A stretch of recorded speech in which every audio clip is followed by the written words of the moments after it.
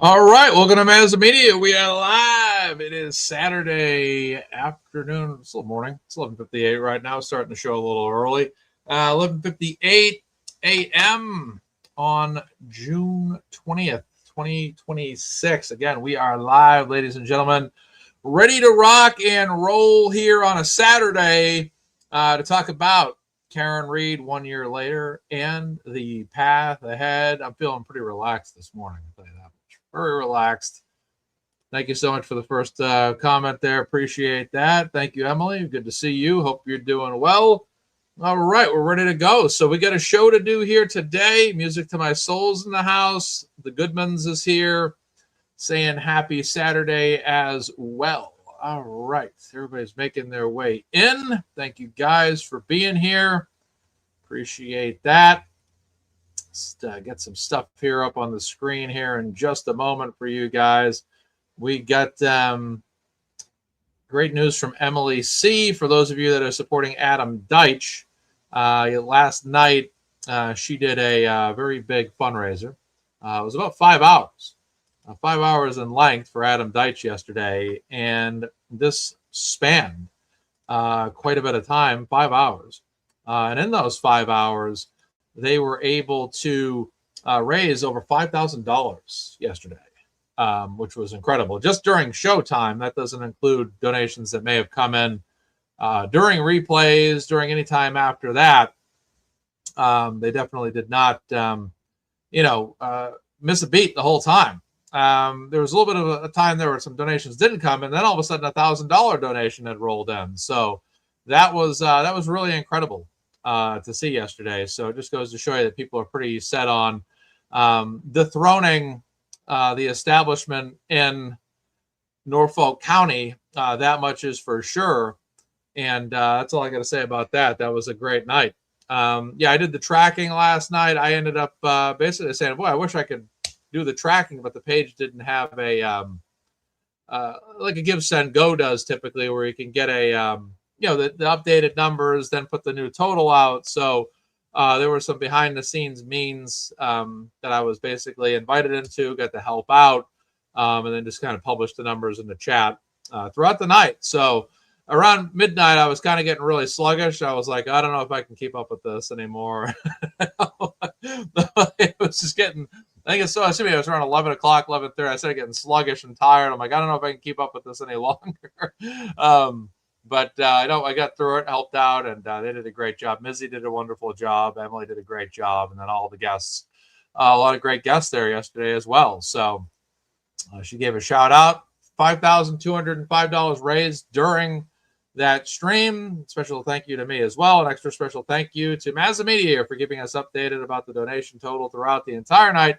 We couldn't have done it without you. Well, thank you, Emily, for that. I do appreciate that. Very good stuff. All right. So yesterday in Canton, there was a fundraiser that went on. And this was hosted by KP, who was notably anti-Karen Read, anti-Turtleboy.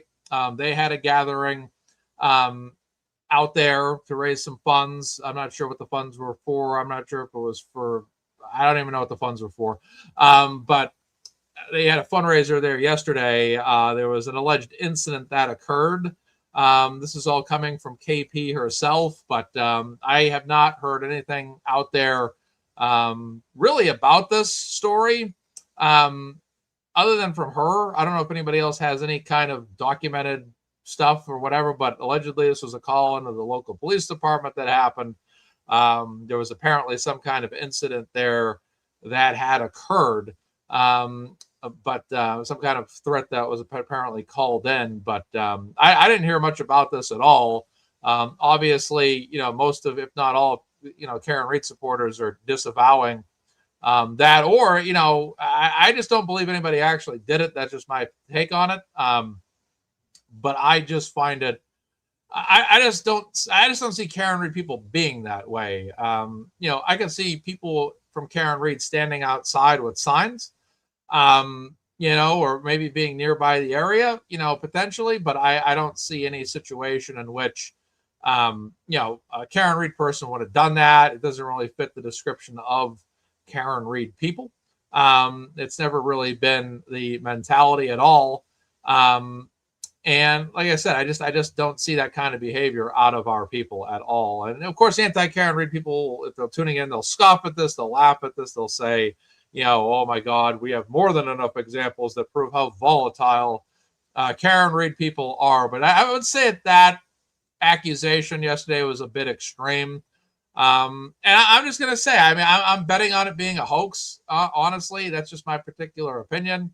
I just don't see, again, where people from Karen Read have a history of doing something like that. That's a pretty drastic thing to do, which would definitely be would be crazy. So again, I just don't find that story believable. That's my opinion. But again, maybe there was a call. I don't know. But I don't know who made the call, though. That's the next question I have. If there was a call, who made the call? Was it somebody that was not pro Karen Read at all? Was it someone that tried to make pro Karen Read people look bad? I don't know. But it's a pretty nutty story. But that's all I have to really say about that incident from last night. Emily C's in the house. We just talked about Emily C's great fundraiser last night for Adam Deitch. Adam Deitch's his link to donate to him is in the description as well.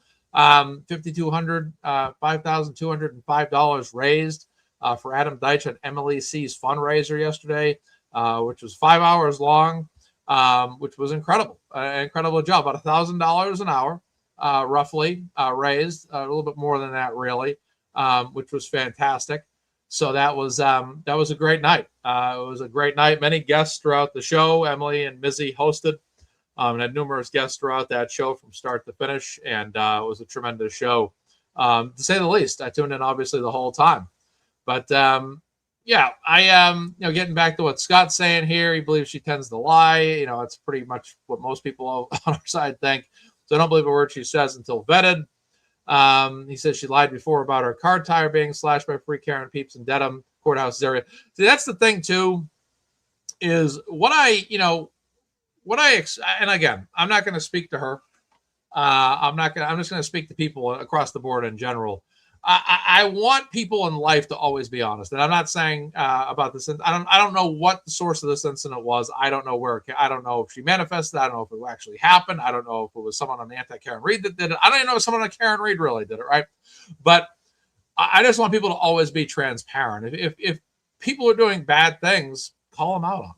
But I hear this kind of stuff, and I'm like, I just don't always buy into it. You know what I mean? I just don't always buy into it because, again, it just seems like a lot of times there's a lot of stories that come out about people that a lot of times are not true. That happens across the internet every single day in a multitude of categories. But again, I just don't feel like, people need to be transparent with their behavior and make sure that if this is a story that you're telling, it better be authentic. You know what I'm saying? It's like when you post stuff online, no matter who you are, myself included, I'm always making sure, do I know this for a fact? And I better, you know what I'm saying? We all better. Because again, words carry weight. But again, I don't know what happened out there last night, allegedly. But if it did, again, I just find it hard to believe. I just do, because I don't see anybody in Karen. Another reason too is, why would Karen Read people do that if Karen Read's already been acquitted? And even if she wasn't acquitted, why would they do that anyways? I just don't see the overall logic in that. You know what I'm saying? I just don't see how that would work. My recommendation personally is, if I was, someone out there, I personally would, I would have personally stayed away from the event.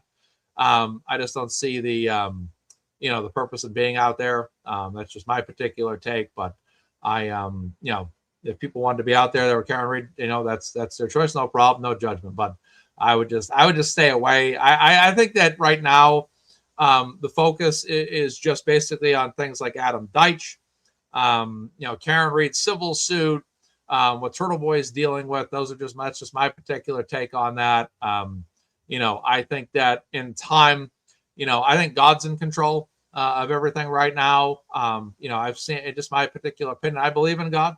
I don't shy away from believing in God. I just believe that God's in control, and you just have to, do what you can to fight for what you believe in, and everything else will take care of itself. That's just my particular opinion and belief system.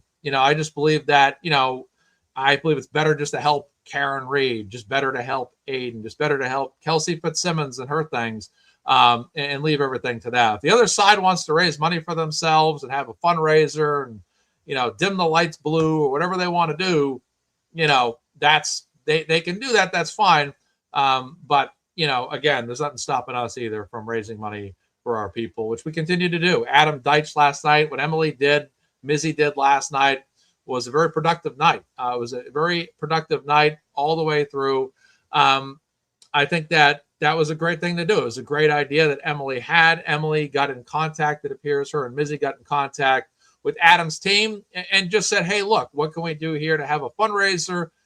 They had a representative from the Adam Deitch team that came out at the beginning of that fundraiser yesterday and shared just some of the rules, how the process works for fundraising and donating to campaigns, which was a great idea. I thought that was really good. So because, again, we're so used to doing normal fundraisers, that campaign fundraisers such as this, they have a little bit of a different twist to them. They have some rules, they have some regulations, they have some policies, so on and so forth. So I thought that was a really effective opening in great coordination between Emily and Mizzy and Adam Deitch's team to really just get the audience just understanding just how the campaign can be different than a normal fundraiser. Great overview there, great excitement throughout the night on that show. And I thought that was a very productive show. I thought that was extremely productive and a great way to just, again, push the needle forward. Emily and Mizzy, like I think they said last night, Mizzy has been following Sandra Birchmore for a long time. Emily's been, in Norfolk County. She's seen the stories that have gone on for a long time, and all the guests, of course, have had a vested interest in what's gone on in Norfolk County. And I truly believe that this was a great night to, again, just push the message out that, hey, not only do we support this person, but it's important to raise money. And that really is what it all boils down to, is raising funds at the end of the day. Because we can support Adam Deitch all you want, right? But at the end of the day, those donations, many people donated $10, right? Many people donated $10. And a lot of times people that donate $10 feel like, well, this is all I have, or $10 maybe isn't all that much. But you take 100 people that donate $10, it really adds up to quite a bit of money in Adam Deitch's campaign fund, which is extremely important. So this was an extremely productive night last night. This was something I was happy to tune into.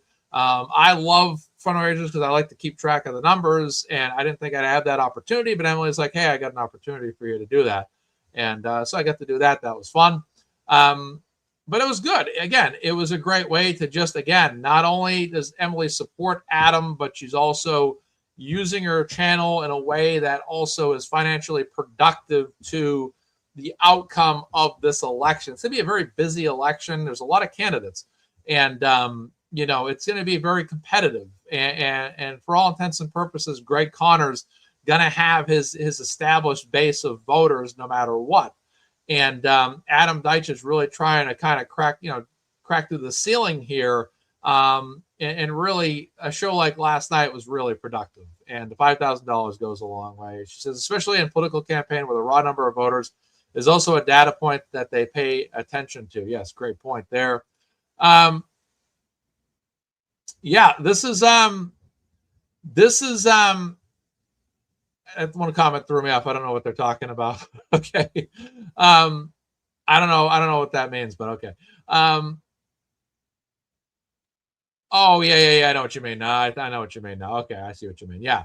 It was great. It was a great way of Emily, keeping things Karen Reed focused last night, because there was a lot of other things. There was another event going on last night in Massachusetts, and it was a nice way to have Emily have a great night to, again, have this fundraiser. And I enjoyed the conversation. I enjoyed, again, it was a women's theme, which was fantastic. So it was the women's view last night on Norfolk County. And when you look at Karen Reed, you look at Sandra Birchmore, these are or you look at Just on Ruth's sister, Jen, these women have all had their lives impacted. What happened to Just en Route affected Jen's life, her family's life. What happened to Sandra Birchmore ended her life. What happened to Karen Reed affected her life, even though the situation ended John O'Keefe's life, right? So it was interesting to watch that fundraiser and just see the collaboration of the perspectives, which is, me always focusing, because I'm so focused on Karen Reed and Turtleboy all the time.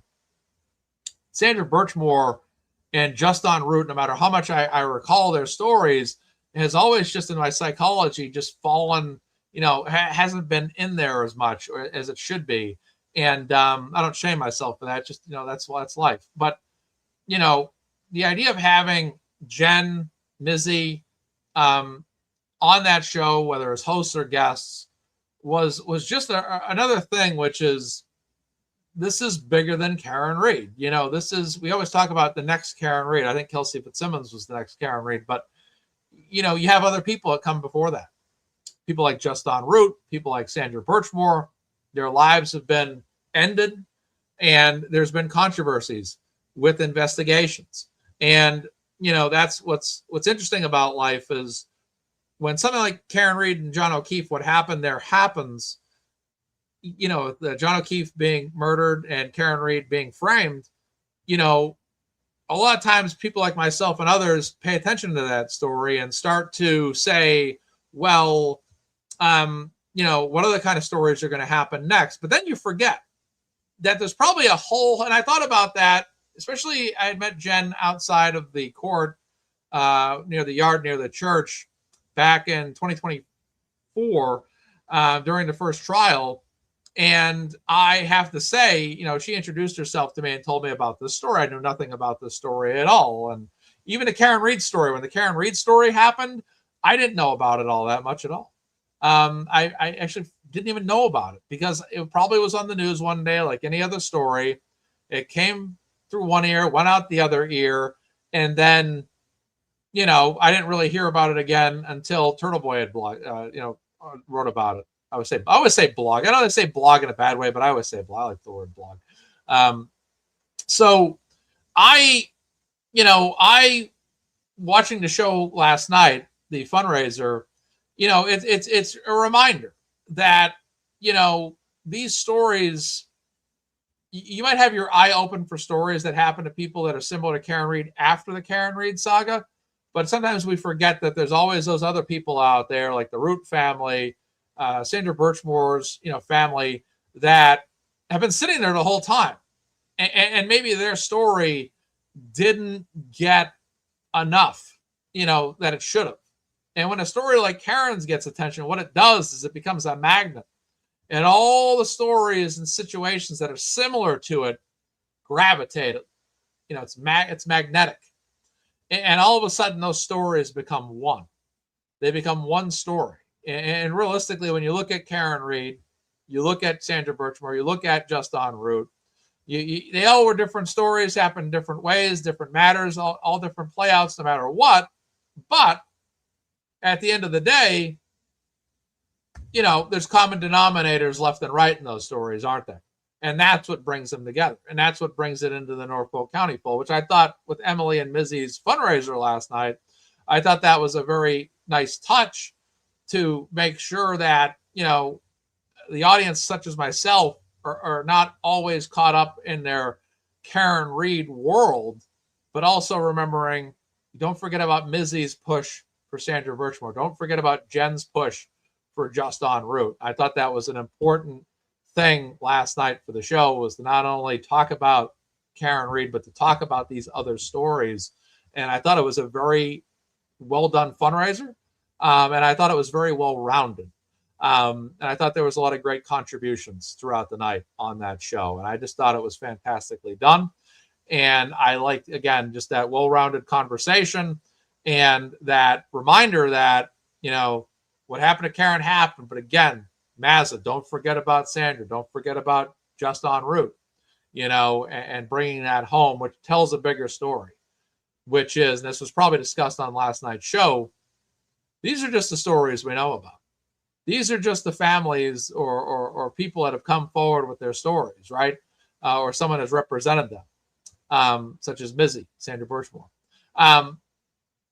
That's what we know, but we don't know about other stories out there where maybe there's families out there that are too afraid to come out and talk about something that happened to their loved one 6 years ago or 12 years ago, for all we know. You just never know. But I do think that, I don't ever have great confidence in any one candidate. And that includes Adam Deitch. This is not a negative comment about Adam Deitch. It's just essentially to say, I don't believe any person that runs for office is perfect. I don't expect them to ever be perfect. I don't think that they're ever going to fulfill everything that a voter would vote for. But I ask myself when I look at all the candidates that are running, and I'm not a Norfolk County voter, but I look at all the candidates and I say, which candidate represents the direction that I personally feel Norfolk County should go from a district attorney standpoint? Well, it's very clear after what you've seen the past couple of years that I personally feel that I want a candidate that's going to be very vocal about, you want a candidate, just like when the Canton Select Board had elections. We were all, I wasn't from Canton, but we were all looking for people in Canton that were going to come to the forefront, that were going to be basically Karen Reed people, right? They were going to be Karen Reed people. They were going to really speak that narrative of what needed to be changed in that town.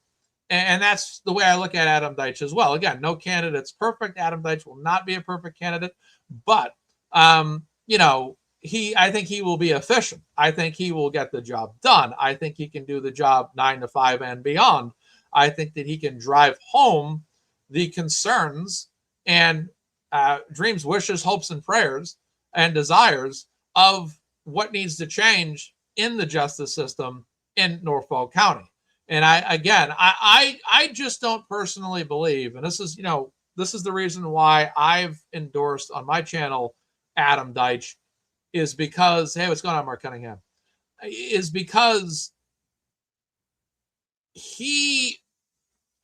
I just don't see, I'll put it this way. Let me take it away from Adam Deitch for a second.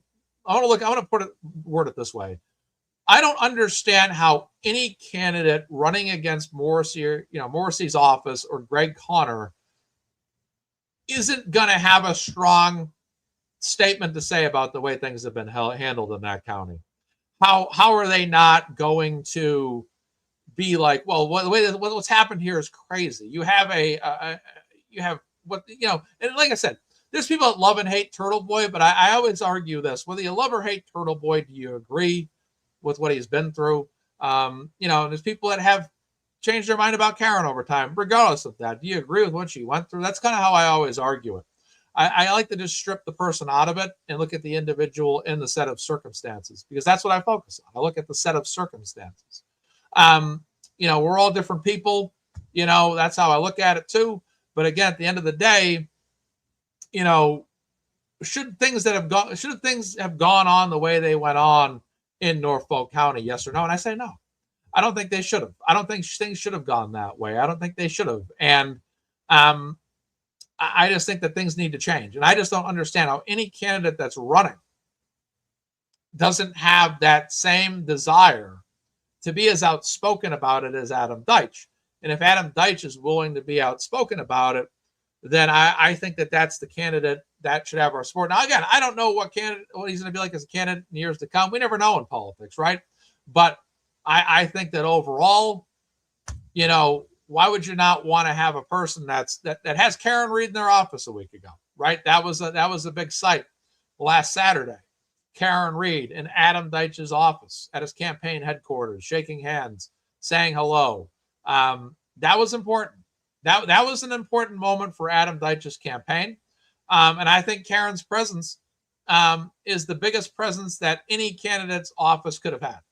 That is the endorsement. There's no bigger endorsement than Karen Reed, because she is the face of all of this in terms of what she went through in two trials. And that there's no question about that at all. In no way, shape, or form is there a question about that. So this is a pretty big deal, this election. And there's a lot of people. I think there was some discussion. Emily might have said this last night. In fact, I think this is kind of an issue that transcends political belief, in a sense that Look, which candidate out there wants to make the change? Which candidate out there wants to bring upon change, and why? And are you going to do that? And if you're not going to do that, then I think a lot of people have an attitude like, just get out of the way. Don't run. Get off the ballot, because it's just, at the end of the day, if you're just going to be, and that's the concern I have too, is Adam Deitch going to lose because of a bloated ballot? Where it's overstacked. Primaries are always this way. In politics, there's going to be a lot of people that are going to run. There's always going to be a lot of people that are your aspiring candidates that get 0.5% to 1.5% of a vote, that don't do very well at all, but don't get out of the way. And a lot of times that 0.5%, that 1.5%, that could be the difference. That could be the difference between, everything that's going on there, and winning and losing. So coming from Emily, I wanted to get back to here. She goes, yes, I think that mentality is correct. When people expect politicians to be superhuman, that's when you get let down and disillusioned. Yeah, I agree with that. I agree with that wholeheartedly. Yeah, it's true. It's just, you're never going to have that candidate that's perfect. I always think, I always say in voting, like, voting is always about preference. It's your preference. It's what are your beliefs? What are your viewpoints? Which candidate best reflects your viewpoints, your vision, right? That's typically the way people vote, is with their vision, their belief. Well, I believe this, and that. This candidate believes this, and that. I'm voting for that candidate because that's typically how it goes. But yeah, it will be very interesting. I just think, like, again, Emily, who's out here listening right now, she did the best thing you possibly could. Do a fundraiser. The thing about fundraisers that are good. Mullen Law, I saw in the chat earlier. What is great about fundraisers is fundraisers are twofold. They're not just a fundraiser; they're a live discussion. They're a conversation. They're a discussion of topics, right? And what's great about that is it's an opportunity to educate yourself, get educated, have a discussion, talk about things.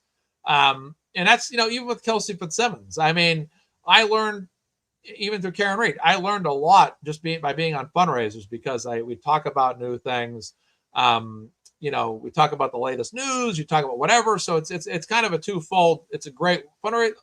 Live streaming fundraisers are great because, again, you can do two things. You can raise the money, and you can obviously have a conversation and, be up to date on stuff, talk about things that need to be talked about. And it's always an opportunity for everybody on that show to ask a question. There's always something every person doesn't know. So it's an opportunity for them to also up their education game. I have Mullen Law as one of my tutors when it comes to Kelsey Fitzsimmons. She's always giving me the details, the data, all the time. So appreciate that, Lori. Thank you. All right. So Karen Reed, 1 year later, and the path ahead.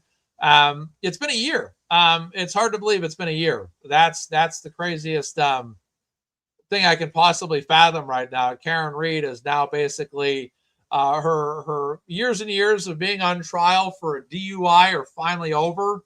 It's no longer a thing anymore, and that's it. It's now just, the whole criminal case is over, and any charges that are resonating from that are over.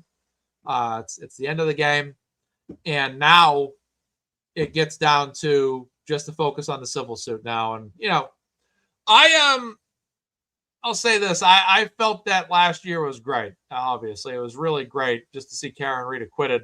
I wasn't able to be there, but it was great to just witness that day, witness that night, and really take in. I remember the night. I think we were all on shows all night. It was just crazy. It was one show after another that night. It was a circus. But overall, it was just a great day. I personally felt I felt like she was going to get acquitted, but I remember I was live the night before, and I was really wound up. I was probably as wound up on a show as I've ever been. I was really animated. I was really fired up. I was really just firing on all cylinders. I felt like she was going to be acquitted. And I think I said something on the show in the middle of my outburst. I was like, it's probably a good sign. It's probably a good sign she's going to be acquitted tomorrow because I'm acting like this. Because in my life, when I act like this, it usually means something good's going to happen. And that's exactly what happened. So I was happy about that. It was a great day. It was a great day. I was unfortunate I couldn't be out there. Wish I could have been out there. It would have been nice, but it wasn't in the cards. I got to be out there a couple days earlier. I think the week before on a Friday or something like that. I was out there for the second half of the day. But yeah, it was a great ending. It was the, like I said before, it was up to, regardless of what Karen was ever going through, getting through that trial was the biggest thing she could do. And it was crazy to me to think that thing was 2 trials long. It really was exhausting. I was, I'll be honest with you, I was pushing myself so hard throughout that first trial. Was working every day, shows almost every single night, and I was doing it like it was a one-time deal. And I'm like, this is going to be a one-time thing, and then it will be over, and that's it. And, she's either getting acquitted or she'll go to prison. I believe she would be acquitted. But then, Judge Beverly Canoni had, made a decision where she declared a mistrial. I'm like, you got to be kidding me. This thing, of all the things in life, this is going to go a second trial. Now, from a show standpoint, yeah, that's great. You can do more shows, but at the same time, it's like, that's a lot of media. That's a lot of media to keep on top of, and, all that. And going into the second trial, I was convinced in the back of my head, I believed Karen Read would be acquitted, but I was convinced, I had this conspiracy theory in the back of my head that second trial was going to end the same exact way. And it's obvious to me, my nose is itching because of this fan. It was obvious to me that this trial could potentially go to a second trial. And I feel like it was obvious to Karen Read's defense team because they seemed to kind of make sure that verdict slip was different this time. They made some amendments on it. They made some adjustments on it. And what happened during the first trial was they sent that jury to the deliberation room with the verdict slip. And then the next thing you knew, Karen Read and her defense team were sitting in that courtroom and basically having it out with Judge Beverly Canoni, who was sinister, in my opinion, probably as sinister as she's ever been. That was this is how we've always done it in Massachusetts, Mr. Yannetti. No, it's not, Your Honor. You had, this is funny to you, Miss Read. It was wild. It was wild. And the crazy part of it all was, for everybody out there that has been called a conspiracy theorist, or believes Karen Read was framed, or believe John O'Keefe's murder was covered up, ultimately, you're sitting here and you're watching it and you're going, this is what I'm talking about. This is what I'm talking about. Emily liked that. She liked that. This is funny to you, Miss Read? Yeah. This is funny to you, Miss Read? This is how we've always done it in Massachusetts, Mr. Yannetti. Yeah.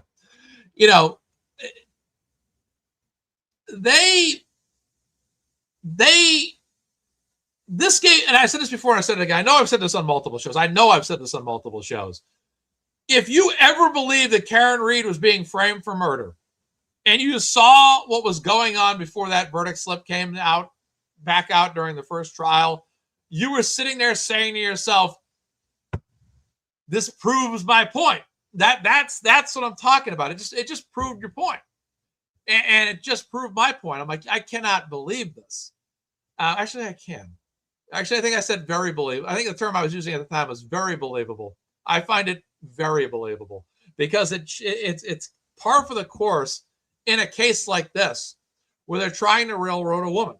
Because I felt like the Commonwealth knew they got beat and they wanted a second try at this. And they said, Mr. Lally can't, the dark shadow forces that meet in the rooms somewhere in Massachusetts are like, We don't like the job that Lunchbox Lally is doing. We need to get Hank Brennan on the job. Morrissey, Darth Morrissey, your job is to get Hank Brennan. Get Darth Hank Brennan. Darth Morrissey. Yes, my master. Just that kind of sinister kind of feel. Not that those conversations probably happened that way. They could have. They could have. Maybe there's an underground society wearing robes in Massachusetts that we're not aware of it. But for all we know, they just don't like. They didn't like the way that first trial was going, and they're like, well, we know we've lost, so we need to make sure this thing goes a second trial no matter what we do. And it was probably at some point planned. I'm just guessing. It's my conspiracy theory. Hey, it's my conspiracy theory. I will do whatever the hell I want with it, right? So that's just the attitude I had about all of this. I'm like, what are they planning? And sure enough, like I said, Karen and the defense team are in that courtroom. And yeah, he's more like Jabba the Hutt for sure, Emily Aarons. That's for sure. that's pretty spot on. Right there. That's pretty spot on. But yeah, that's funny. I'm reading some of the comments here from MLC. But yeah, that's like I said, Karen Reed and her defense team were sitting there and they're like, there's something wrong with this verdict slip. And they went and brought it to the judge. And when they brought it to the judge, it was absolutely ridiculous, right? Her being absolutely ridiculous about all of this. It was absolutely, oh, this is how we've always done it. Oh, Mr. Lally. Oh, Mr. Yannetti. Mr. Jackson, please. Please, Mr. Jackson. Come on. So again, there's just no, if you ever thought that thing was ever a conspiracy or a cover-up or whatever you thought it was, how are you not more validated after seeing what happened at the end of that first trial, right? Then they go out, right? What do they do the year later? Sorry, guys. What do they do the year later? They go out and they get Hank Brennan. They get basically a hired gun, mob muscle, former mob muscle here, get him, throw him $500,000 and say, get your harmonica, get to Norfolk County and start playing in court. And it was the bigger, like I called it was the bigger, badder sequel. It was the bigger, badder sequel. And Karen Reed's team saw it coming because that was my concern coming up to the verdict for the second trial was they're going to try to fix this again. They're going to, I swear they fixed it the first time. They're going to try to do it again. And when Beverly Cannoni looks at that verdict slip, she's like, ugh, like that. You can see it. She was miserable because she wanted to be there for a third time. And don't forget, she wasn't supposed to be the judge for the second trial. She was out. And then she made her way back in. So that was another situation that happened. But again, it was a situation where Karen and her defense team made sure that verdict slip was finessed a little bit this time. They made sure that it was finessed in advance.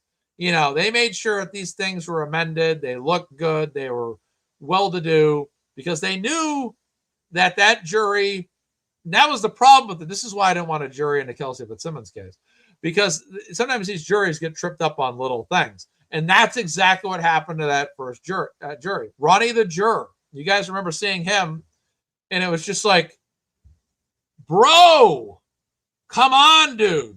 It was like, come on, man. Yeah, it's true. That's a good point. Yeah, good point. Thank you, Emily C. When Corey bullies the next batch of sidebars out of them, will you play Bev and read them with me? I'll have to think about it. I'll have to think about that. That's going to be all over the internet. That's going to be all over the internet. Maybe I can play another character like Hank Brennan or something like that. I can play Hank Brennan instead. Maybe I can do that. Yeah. I don't know if I want to play Auntie Bev. We'll see. We'll talk. We'll talk about that, Emily. That's funny. Thank you for the super chat. Emily with the bribe. Yes, exactly. I've handed him $10 million. No, $10. Thank you so much, Emily. I appreciate it. Thank you for the super chat. Oh, I'd love to play Alessi. What, if anything? Who? Yeah. Yeah, exactly. So let's get some water.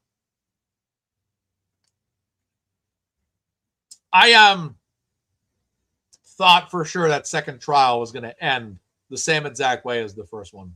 I really did. But fortunately, that jury was able to kind of see through this stuff. I think that I know that a lot of us did Monday morning quarterbacking after the first trial. Was there any way that maybe the defense could have done this more, or what? Even the Karen Reed's defense team, they used that first trial. Yeah, Amanda the juror, ended up being a part of their team, right? They were Monday morning quarterbacking. They were like, okay, we need to dissect what happened during the first trial. The best way, we already know the facts, we already know the details. What we need to do now going into the second trial is our approach. We're going to tailor our approach. Dave, call your boy Bob. Get him on the team. That's a move. Call Amanda from the jury from the first trial. Let's get talking with her, right? And that's what they did. Victoria, I'm sorry. Sorry about that. Thank you. I was thinking Amanda Victoria. I'm sorry, Amanda Georgia. I was thinking, my mistake. It's been time. Sorry, folks. Brain fades after a while. Thank you so much. Oh, that's great. Oh, that's great to hear. Yeah, Victoria is awesome. I was calling her Amanda. I was thinking Amanda George. Even when I said the name, I'm like, is that the right name? I tend to forget names over time if I don't hear them repeated enough over time. One of my flaws as a human being, but thank you very much for helping me out. That's why the chat's here. Thank you guys.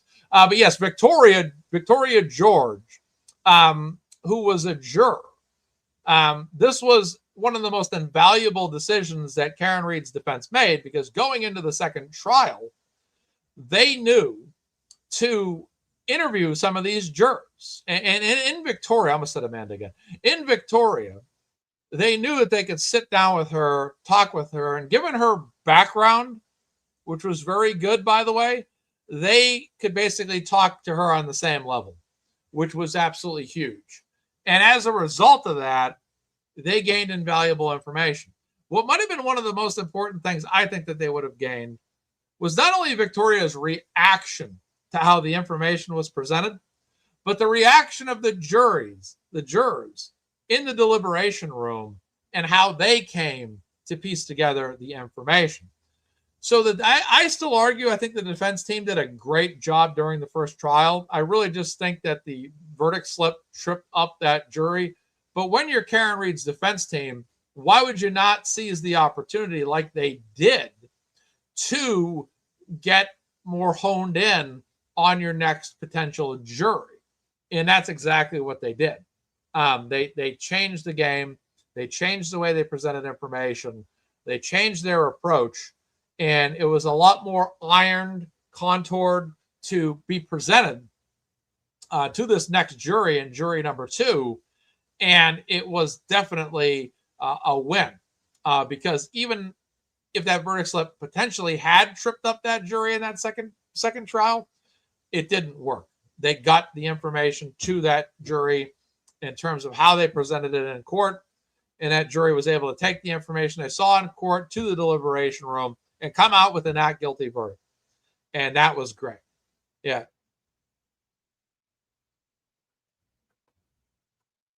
That was good information. So let's get some water here. All right. So next up, they got the job done in court. They got the verdict that they want. They were able to do what they needed to do, right? And regardless of that, Karen Reed's life still goes on, but it goes on in a different direction now. That direction now is the civil process. And as a result of this is a story that could go on for the foreseeable future. We're now 1 year into the future. And it's multiple hearings all the time, right? Multiple hearings. It's deposition city right now. And what's crazy is, I never really knew what to expect out of these civil proceedings in terms of how intense they may or may not be. for our local news stations here in Massachusetts. Well, Michael Proctor has definitely ensured a lot of juice in terms of media coverage. What's happened recently with him, what's gone on out there. There's been another family member in the Alberts that, the judge recently was talking about him coming to be deposed. So there's a lot of deposition matters right now that are going on where these people that need to be deposed are either someplace else or can't make it on time. And that's becoming a little bit of a side piece here, or side show, I should say, in terms of this whole saga. What happened with Michael Proctor was all over the news and was absolutely, not shocking, but it was just shocking in a sense. I would say not shocking that happened. It was shocking in a sense that, damn, every single nook and cranny of this story has something interesting. There's juice all over the place in terms of story, substance, something that the local news stations want to talk about, for example, right? That's what, for me, is so intriguing is, again, why is... I always ask the same question. If Karen Read is so guilty, why is there so much other stuff going on out there all the time, especially with Michael Proctor? What's going on with that guy? Why? Because if you're this good, honest cop, which he's not, even the Massachusetts State Police don't want him anymore, and they didn't even want to represent him. It's, hi, Kimmy, good to see you. It gets to the point where it's like, it just never ends. What's shocking to me is that, I hate to say this, but it's amazing to me the Federal Bureau of Investigation are not all over this story. This is, I guess maybe they're out there, maybe they're not. I don't know. But it's just shocking to me. That's a good question. I'll get to that. Shady Pines, I'll get to that. I'll try to remember that. I just started. I'm in a good run right now talking.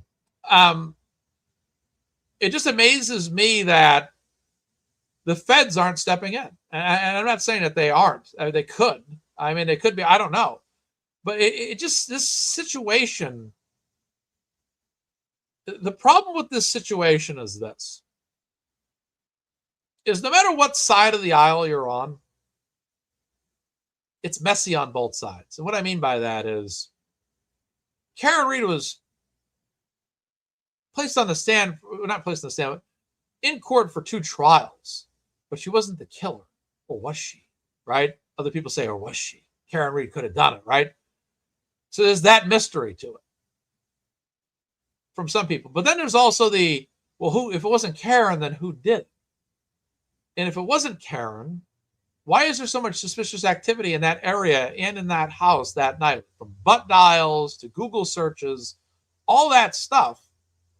Why in the world is that not an issue? Why?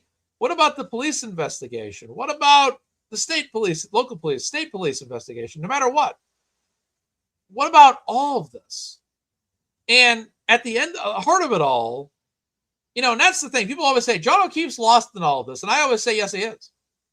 Yes, John O'Keefe is lost in all of this. That's absolutely correct. Because it's like a seed that's planted in the ground. That ground, once that ground is watered, it blossoms. And it turns into something that takes your attention away from what really created all of that, which was a seed. Now it's a giant plant. And that giant plant gets all the attention. That's exactly right. John O'Keefe is forgotten in all of this. There's no question about it. You go online day in and day out, John O'Keefe is forgotten, and it's not by choice. It's because of all the substance and all the matters. Dennis Sweeney's in the house. All the substance and all the chaos and all the story that layers up above all of this stuff. That's exactly why John O'Keefe gets lost in all of this. It's not because people don't care about John O'Keefe. It's not because people don't want justice for John O'Keefe. Both sides claim to want justice for John O'Keefe, even though Karen Read's side believes true justice for John O'Keefe is finding the people that actually killed John O'Keefe that's not named Karen Read because it wasn't Karen, right? But at the end of it, heart of it all, it is about John O'Keefe. It is. But the problem is that it's like anything, when you look at the old Roman wars with swords and shields and they're battling another army, there's a reason why those armies are fighting. But once you're on the battlefield, it's swords and shields and crossbows and catapults and whatever being flung all over the place. And what's lost is it's like the guy said in Black Hawk Down. Once the first bullet whizzes past your head, politics and all that bullshit goes right out the window. And he's right. Because once battle starts, battle's the focus. And that's exactly what's happened in John O'Keefe. With John O'Keefe is that his life being lost is up for dispute. And because of that dispute and the war that's waging online, his memory, his justice is pushed down the totem pole. And everything else comes to fruition. It's the latest thing with Michael Proctor. It's Karen Read's latest court appearance. That's because we're on a courtroom battlefield. And until the dust settles, you will never see the true justice for John O'Keefe until this battle is over. So yes, John O'Keefe is forgotten in it. It's not done. It's not done to be inconsiderate. It is done because of all the. Just trying to get the right words here because this is a big statement. It's the fabric that makes up all the chaos, and because his death and murder is in dispute, and because that is so intensely fought that the battlefield takes precedence over everything else. And until that battlefield is settled, and I'm talking about a courtroom battlefield, there will never be true proper focus on John O'Keefe as there should be. Because what happened, what ended his life is being contested in real time, if that makes perfect sense to everybody. It's an active, it doesn't matter if you're for Karen or against Karen, no matter what side you're on, all these people on the other side that we don't like, that don't like us, they're out, they say John O'Keefe all the time, it's fine, but they're really battling against Karen Read. Their attitude is they're in a fight against Karen Read. Karen needs to go down. Turtleboy supporters, Turtleboy needs to go down. That's what the battle is. That's the battlefield. And the battlefield trumps all the politics, all the what happened. That's what's happening here. That's where we've been for years in this story. It's a day in and day out battle on Twitter, on YouTube, TikTok, wherever else people argue on the internet or debate things on the internet. And it's bigger than just the people on X. There's multiple accounts. There's multiple people. There's my aunt, for goodness sakes, other people out there that follow this story that don't get in the debates online. And quite honestly, most of the people that I know that talk about this, that don't even know what I do on YouTube, and the story comes up, all the time they tend to say Karen Read's innocent. I just have to say. But I think that overall, I don't think you can copyright a name, Crummy. I don't think you can do that. I don't think that can be. Oh, I guess you could, because I think they do it in pro wrestling. I think they copyright names in pro wrestling, like Hulk Hogan. But yeah, that's what's happening here. You look at the fundraiser, it happened last night. That fundraiser is meant to defeat Karen Read, right? Defeat Karen Read, defeat Turtleboy. I'm guessing that's what their fundraisers are for. Defeat Karen Read, defeat Turtleboy. It's a battle in the trenches. You fight today in hopes of having justice for John O'Keefe tomorrow. But the difference and fundamental difference is the ideological differences, which is what is justice for John O'Keefe. And that's what was the question in both trials. Justice for John O'Keefe was done at the expense of Karen Read. It was on Karen Read, basically. We're having two trials, back-to-back years. One's a redo. It's a decision. Did Karen or did not Karen do it? But it was a limited choice. When you ask yourself, who killed John O'Keefe, right? Now, this is just not asking pro-Karen Read people or anti-Karen Read people. It's asking anybody. If I asked 100 people that were Karen Read, anti-Karen Read, or indifferent, and I said, I want to put together a complete list of potential people that killed John O'Keefe. You can have Karen Reed on the name list, that's fine. Anybody that's ever been a suspect, put them on the list.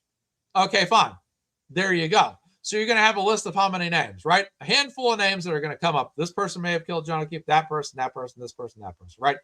Ultimately, it's up for debate. What is justice for John O'Keefe is up to the ideology of that person. My idea is that justice for John O'Keefe goes through freeing Karen Reed. Once you free Karen Reed, now we can start to look at who potentially did this, right? For other people out there, the assembly that happened last night, what's their ideology? What's their ideology on all this, right? Karen Reed did it. It's Karen Reed. She got away with murder. I honestly just feel that I just don't think there's any evidence on Karen. I just even like if people say, "Oh, there's going to be proof beyond a reason." What if there wasn't proof beyond a reason? Let me ask this question: what if there was not proof beyond a reasonable doubt that Karen did it? So, in other words, if the burden on the defense was even harder to prove Karen Reed's guilt, I just don't see any information out there. The only information out there that suggests Karen Reed did it is that the police said that Karen did it. That's it. There's no evidence. What, broken taillight? Are you kidding me? Well, what about Sallyport then? You know what I'm saying? What about what happened at Sallyport? Can you tell me what happened at Sallyport? Well, why was that video inverted? Why were they all in the corner like that on the inverted camera? What was going on there? Why?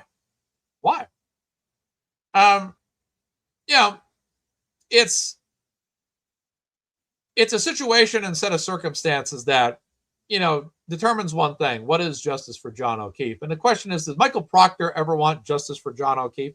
Did he? Did he want justice for John O'Keefe? Or was he really just somebody that was willing to frame a woman for murder that didn't commit murder? And that's how I view Michael Proctor. I view Michael Proctor as someone that simply framed a woman for murder that she didn't commit, that they ruined this woman's life. They arrested this woman. They embarrassed this woman publicly. You see those FOIA videos that came out being arrested right outside of her own home. And I don't see a guy that had any justification to arrest that woman at all. And I don't see a police department that did a full enough search or a full enough vetting of all individuals to potentially include every single person that could potentially be a suspect as a suspect. Every single person should have been fully vetted. The home door should have been knocked on, not by a family member.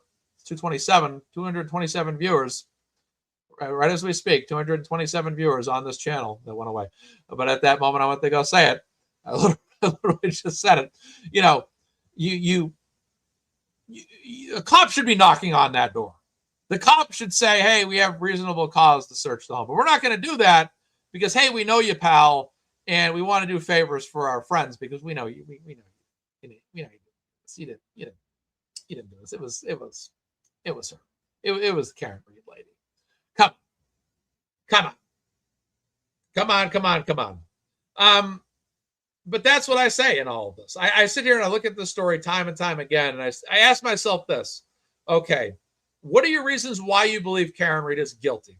What is your evidence? Canton and state police, lay it all out for me. Prosecution, lay it all out for me. Okay, now, what is your evidence that shows me that any other person could have possibly done this? Have you looked at every single person there that night? Have you looked at every single person that was in that house? Why is there no ring footage anywhere? Why is there no doorbell footage anywhere? Why? Right? These are the questions that I ask. And when I say, oh, well, you're telling me it's Karen Reed, but yet I have questions about how this taillight shattered. I have questions about how this damage would have been done to the back of his head if he was hit like that at that distance. I have a lot of questions about that. It seems a little far-fetched to me. What about other suspects? Do you have any information at all out there that would suggest that? Like did you go in the house? Did you go in the house or ask to search the home, or did you have justifiable cause to search the home? What did you do to vet every single person should have been vetted? until that scene was cleared. And that's the problem I have. Is it's okay. Let me put it this way. It is okay to consider Karen Read a suspect in John O'Keefe's murder, because it is fair game to keep every single person that was there that night as a suspect. So I don't have an argument at all with Karen Read being a suspect, with Karen Read being questioned. In fact, Karen Read should be questioned. She should be a potential suspect until all people are interviewed thoroughly, and then you come out with a result.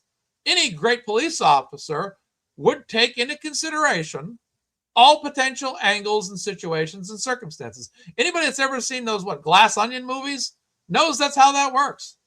It's okay, sure, yeah, Karen Read can be a suspect. I don't have an argument with that, because everybody should be a suspect. Everybody should be a suspect, because we don't know what happened here. There's a cop dead on the ground. At this point, everybody's a suspect till we figure this out. It's fair game. But the problem was that only Karen Read was the suspect. That was the problem. It was Karen. Oh, it was Karen. Oh, it was Karen. Oh, yeah, Karen. That was kind of the attitude from the investigation that I saw. Karen this, Karen that, tail like this, tail like that. Oh, Karen did this, Karen did that. And what I could never figure out the whole time about that story, and I always said this, and I always think of the movie Jack Reacher, because I talk about the movie Jack Reacher when I talk about Karen Read a lot, is I always think about Tom Cruise sitting at that bar, and throughout that, and it's 227 viewers. A lot of 227 viewers in this show today. That's happened a few times. Why do you think he paid for parking? There was a sniper at the beginning of Jack Reacher, and he pulled into a parking garage, and he paid for parking. And it happened to have the fingerprints of the alleged shooter, right? And he sits there the whole movie, and no matter what he looks at, no matter what information comes his way, the one thing that just bothers him is, why did he pay for parking? If he was going to pull into a parking lot to assassinate somebody or people, why would he pay? If he was going to commit the crime of murder, why would he also commit the crime of not paying for parking? It just didn't make any sense to Jack Reacher in that movie. Why did he pay for parking? Every couple scenes he'd say that. Why do you think he paid for parking? And I always sit there with this story, and I always say to myself, why did Karen Read go back to the crime scene if she did it? That was one of the earliest things I always said. Why would she go back to the crime scene if she did it? If Karen Read had done every single thing that she had been accused of doing, why in the hell would she have ever gone back to the crime scene? Why? It doesn't make any sense. It would have made more sense if she just went back to her house, shut the doors, went to bed for the night, turned her phone off, ignored people for hours on end, and then played aloof. Do you know anybody else that might have done that night?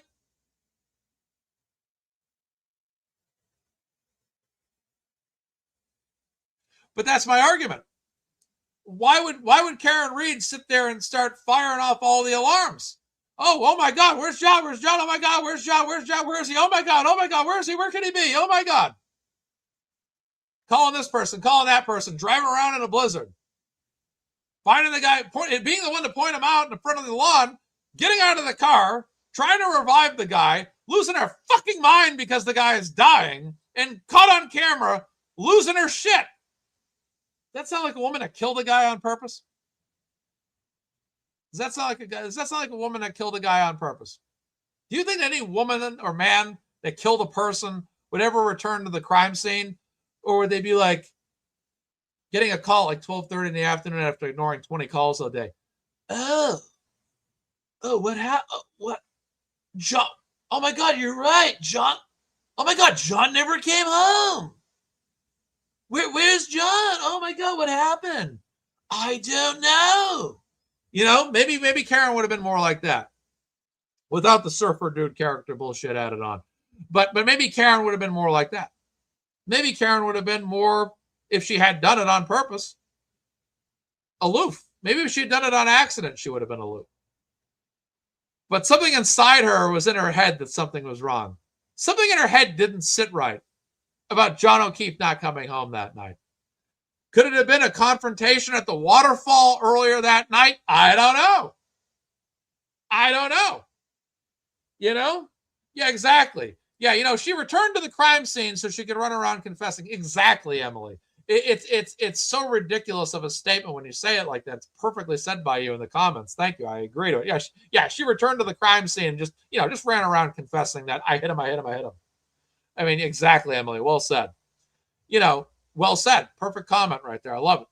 And that's why when I look at Karen Read, I believe her because I believe her behavior is consistent with someone that is taken by surprise by a situation that they did not know happened. And I think that part of the game was, oh, I think you did it, Karen. Oh, you think I did? You might have done it, Karen. Karen, you might have done it. It was that whole accidental type of thing. Oh, it was an accident. It was an accident. Well, how was it an accident? Does Karen Read ever recall backing up that distance at that speed? Does she ever recall that at all? In any way, shape, or form, does Karen Read recall backing up at that distance at that speed at that time of night? Or did she just drop him off, like a mother dropping their child off for school, dropping him off and pulling off the curb or grass and just driving off under the day? Right? That's typically what she probably did. You think Karen at some point said, oh, let me back, because that's the thing. What's with all the different stories sometimes? Oh, she did it by accident. She did it on purpose. She was angry with him, so she sent him angry texts, and then after sending him, after hitting him and killing him, she sent them angry texts. I don't know why anybody would do that. I'm sorry. I don't know. It's a wild story. It is, but I just don't. When I look at every single scenario, I just feel like I can't find a scenario where Karen did it and the story seamlessly makes sense that she did it. That's the issue that I've always had, because I'm an objective thinker. People will say to me, oh, I think Karen did it? Okay, great. Tell me why. Tell me why Karen did it. Tell me why Karen did it right now. Let's talk about, as I used to talk, I don't respond to the trolls anymore. Well, I used to actually, read their comments. I think I used to respond to a couple 3 years ago. Because I was still new and I was open to objective, alternative thinking. I like to think alternatively as well. Okay, great. I think Karen's innocent. You think she's guilty. Tell me why. And I would take what they said to me and I would study it because I was still new. I would learn it. I would look at it and say, okay, this person thinks that Karen did this. I'd look through scenarios, boom, boom, boom, boom, boom. Nope, I don't see a scenario where that's realistic. I don't think that's person. After a while, you do enough of those, you start to say, okay, I'm not talking to these people anymore online. You're like, okay, I'm not going to talk to these folks anymore. I'm like, now they're just being whatever. But I don't see a realistic scenario in which Karen did this. That's always the issue that I've had. I said this about Kelsey Fitzsimmons' story. I was looking, believe me, I was digging. And I don't mean digging in a way to be like, I know she did it. It was digging like, okay, I want to make sure like the story person I'm supporting, the story I'm following is good. This is, nothing's going to come up as a surprise and be like, oh yeah, this other guy, once I did that search, did my research, I felt good about it. I felt good supporting Kelsey. I felt the same thing about Karen. Did the research, and other people say, oh, you're just in too deep. You don't want to back out now. I mean, it'd be a pretty long time to believe something and not change my mind. First of all, it'd be a pretty long time to believe something and not change my mind on it. Considering how many times I've heard the evidence and the stories. I think at some point I would have been like, oh man, yeah, I think Karen actually did it, dude. I think you're right. Oh my God, anti-Karen Read's been right. Karen did do this, bro. Yeah, man. Dude. No. But, I like to look at things analytically. I felt like I looked at Karen Read analytically from both perspectives. I could not find any scenario that's been presented to make sense to incriminate Karen Read. And it wasn't that hard. But the problem is I see so many loose ends. Google searches, butt dials, suspicious activity at Sallyport. Why did Brian Higgins go back to the police station and move cars? Why would he do that? Why would he move cars? Why would he go, destroy his phone on a base that night? Does he do that all the time? Is that typical? Is this typical? Is this normal behavior? Do these people butt dial each other all the time? Do they? And then I say to myself, this is suspicious activity. She said I hit him. Karen, they admitted themselves they sectioned her. Karen was pretty much, if you're going to be sectioned, mentally, you're probably not in the best place at that point. Bill Reed's phone call, if you guys have ever heard that. Bill Reed's phone call, if you've ever heard it, he sounded absolutely frantic. Bill sounded absolutely frantic on his call about his daughter that night. He was worried. Because his daughter was worried. Karen was having a real bad fucking night, and she was, pardon my French, she was really going to have a bad future that would turn out well. But it was absolutely total madness. Absolutely total madness. And it's just, to this day, I don't know how anybody with an objective mind can look at this stuff and not think that Karen Reed was innocent. I truly believe that. And some will scoff, but it's not reality. The people that scoff are not. You look at most, let me be honest here. You look at most of the people that are anti-Karen Reed. Okay?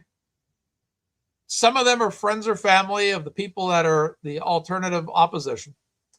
A lot of them are Turtleboy haters that just simply hate, that not only hate Karen Reed, but also thought Kelsey Fitzsimmons was guilty. The second Turtleboy said that Kelsey Fitzsimmons was someone he supported and believed in, or Tim Brado represented it.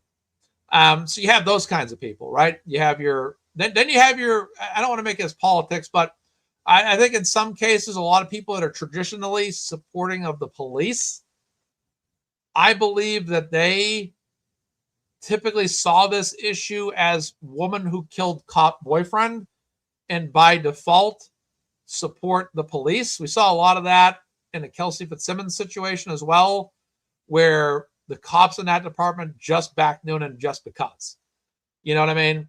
And that wasn't necessarily, in my opinion, reflective of Kelsey, being guilty. It just didn't make sense to me. So I just felt like, I just feel like you look at most of the people that are anti-Karen Reed, they fall into a couple different categories, right? And occasionally out there, you might have a couple of people at random that are just, they heard the story once or twice on the news or a couple times on the news. And like, oh yeah, she's a goddamn cop killer, that bitch. Throw her in the jail, lock away the key. Those kind of people, which exist, right? So that happens. So those are typically your kind of people that are anti-Karen Reed. No question about it. But in terms of people that are pro-Karen Reed, look, people all walks of life are Karen Reed people. There's people that are all political beliefs, all religious beliefs. We even have people like I support the cops too. That's the thing people forget. I'm actually I support the cops. I remember saying this. Dina Warchel said it herself in August of 2025. August of 2024. Yeah, August of 2024. Outside the Registry of Deeds, we're pro-police. We're just anti-police corruption. It's the same thing with Kelsey Fitzsimmons' case, because Kelsey Fitzsimmons was a cop. Noonan was a cop. Both cops. Both cops. John O'Keefe's a cop. People that allegedly may have been involved with cops. They're all cops. So it's not a police issue in that sense of team cop or team anti-cop. There is no team cop or team anti-cop. There is team believe those cops or team not believe those cops. And then in a lot of senses, it's just cops that are goddamn dirty. Because I'll tell you, you look at Michael Proctor, his life ain't too pretty right now. His life ain't too pretty. And in a perfect world, no cop that allegedly stops a cop killer would have their life fall apart like this if they were a saint. Okay? And that's not what you're seeing out of Michael Proctor's life. This guy's life has absolutely fallen apart throughout all this. I bet you honestly, I think every single person has good character in them somewhere. I know it might be hard for some people to believe or accept, but I believe that not all bad people are entirely bad. I would not be shocked if that guy had the opportunity. I'll say this. People might find this hard to believe. I would like to know what he would do if he could go back in time again and go back to that scenario right before he makes any things he wants to do. And I would love to know what he would do. Would he just say, hell no, I won't have any hand in this? Knowing what the hell happened next. Because my attitude is this. And this goes for the North Andover Police Department, too, when it comes to Kelsey Fitzsimmons. And this goes for the Canton Police Department. And this goes for the officers from the State Police Department. We've had 227 viewers at least 20 different times on this show today. It's crazy. I don't know. I don't know if he would. I'll be honest with you. I wonder if that guy would go back in time and say, I screwed my life up so bad I ain't going down that route again. I don't know.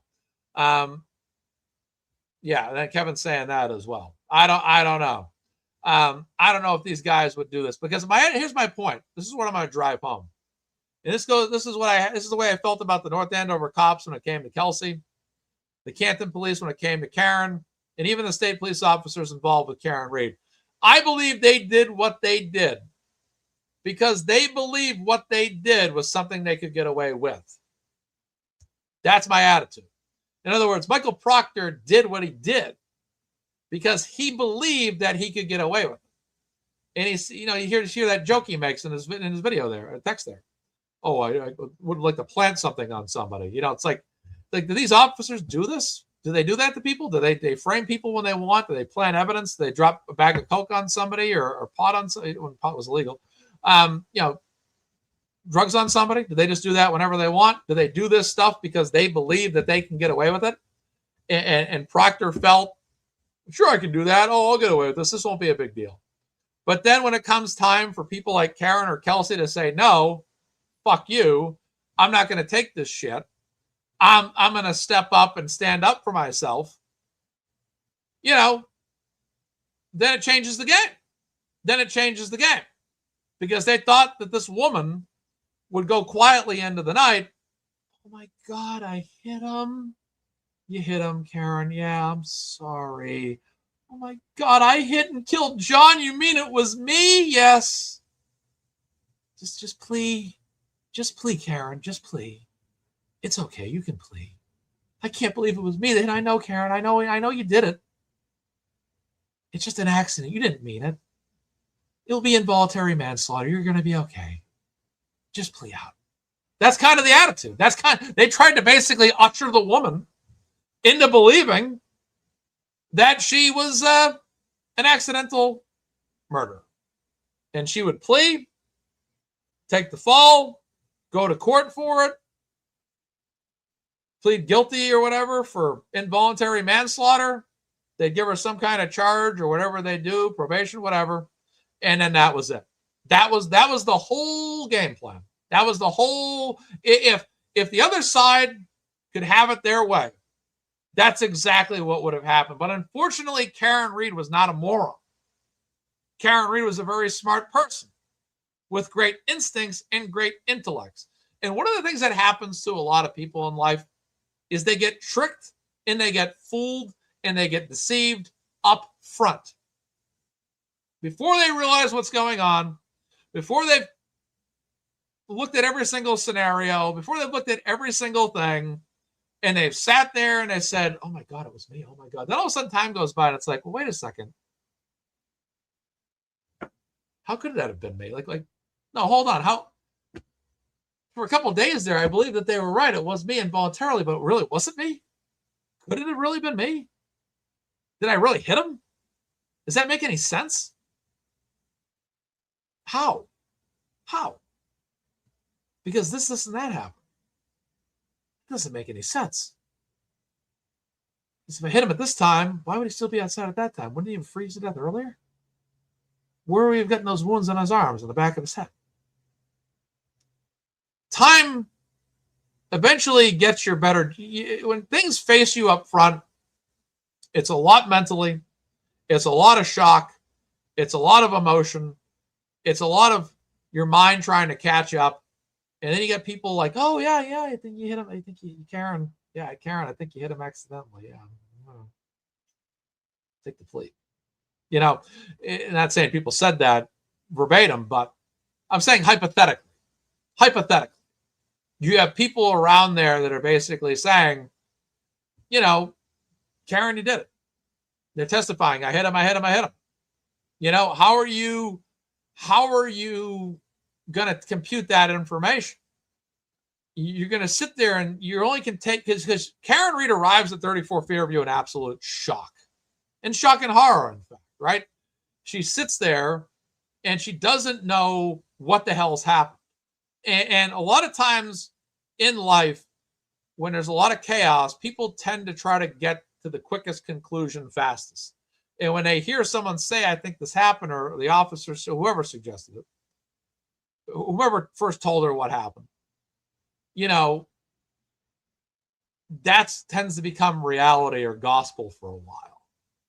And Karen Reed's discerning mind, especially after being out drinking and stuff that night, it's late, you're drinking, you know, you've been out, you went to bed home, you went to John's home, now you're back out.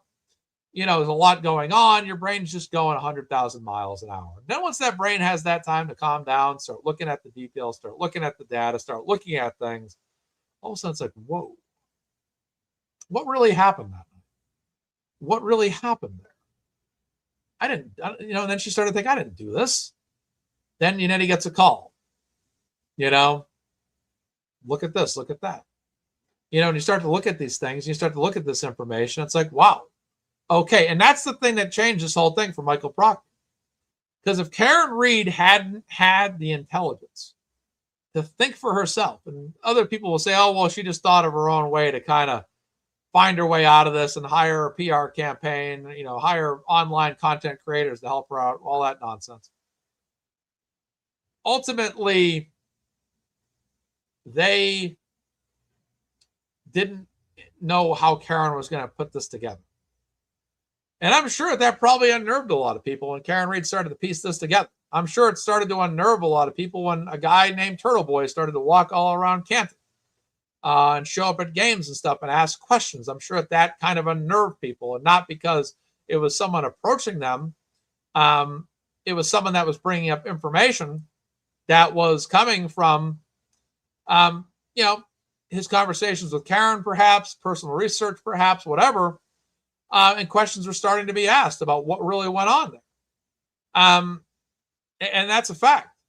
And to this day, we don't know what happened in that house. I believe something. I truly believe something happened in that house. That's my belief. I have the right to believe it. I have the right to believe in aliens or not if I want to. You know, I have the right to believe if OJ did it or not. I have the right. It's called America. It's the United States of America. I have the right to believe whatever I want. I don't believe Karen Reed did it. I believe all the information leads inside that house. And I go off information that was presented by the defense in court. Information that was provided by experts. And I said this last week, and I'll say it again. If Karen Reed didn't kill John O'Keefe, and if John O'Keefe wasn't killed inside that house, then John O'Keefe was confronted by a wolf or Bigfoot or a grizzly bear or an alien from outer space or something on that front yard.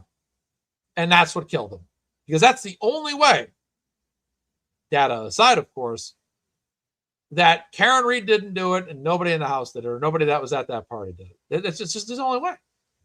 That's just the only way. This whole thing is an amazing coincidence. But then, like other people always say, if that third scenario happened, then what about the Google searches? What about the Cellbrite data? What about the Apple Health data, right? The Google search and Cellbrite data, the Apple Health data. What about all the activities inside that house, the butt dials, all that stuff that went on? What about Brian Higgins? going all over the place, going to the Canton Police Department, going here, going there. What about all that? Why does that all happen? And then if it was a wolf or a space alien or whatever that killed John O'Keefe, why was there no reports of any animals or space aliens in the area in Canton that night? Like I said, yeah, it's a third idea, but the third idea is outrageous. And not only is the third idea outrageous, it's far-fetched. It's extremely far-fetched. It really, truly is. And there's only one logical conclusion. Karen Read didn't do it. And if Karen Read didn't do it, somebody else did. And if John O'Keefe's on the front lawn of a property, pattern wounds in his arm, must have been an animal attack that led to part of his attack at least. And if there's no animals outside, is there any area nearby that might have a house, maybe a dog perhaps, that might be capable of doing something like that? Where did the head injury come from? You know, these are things that are big questions. And the fact is that, you know, I'm not the only one saying this. Hundreds of thousands of people are saying this. YouTube channels, all that stuff, they're all asking questions. What the hell happened? Why is John O'Keefe dead? Someone said recently, when Karen Read was acquitted last year, the O'Keefe family did not get justice for John O'Keefe. They're correct. Because there is no justice for John O'Keefe by trying to convict Karen Read. That's just the fact. I don't see any. There is no justice for John O'Keefe by convicting Karen Read. Karen Read going to jail or prison for a murder she did not commit is not justice for John O'Keefe. It's called arresting and imprisoning somebody that did not commit a crime. And I am tired of hearing this narrative that Karen Read did this, because I don't see the facts. I don't see the information out there that backs up that Karen Read did this. Oh, she said, I hit him. Oh, she did. Okay, well, that's interesting. Because she's saying, did I hit him? You're saying she hit him. Other people are saying that, right?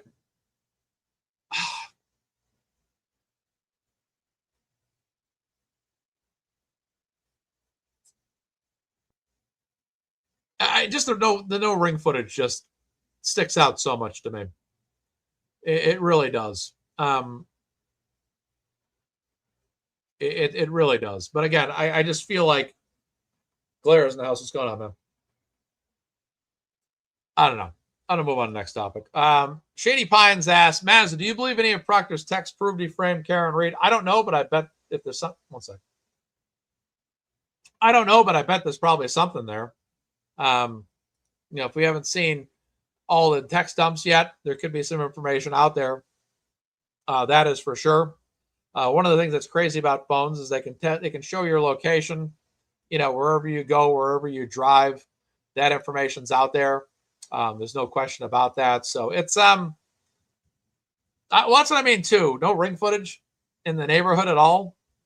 I remember Turtleboy and Richie went to a neighbor's house down the street and said, hey, did the cops ever drop by your house and ask you for any security footage? We see you have a Ring doorbell here.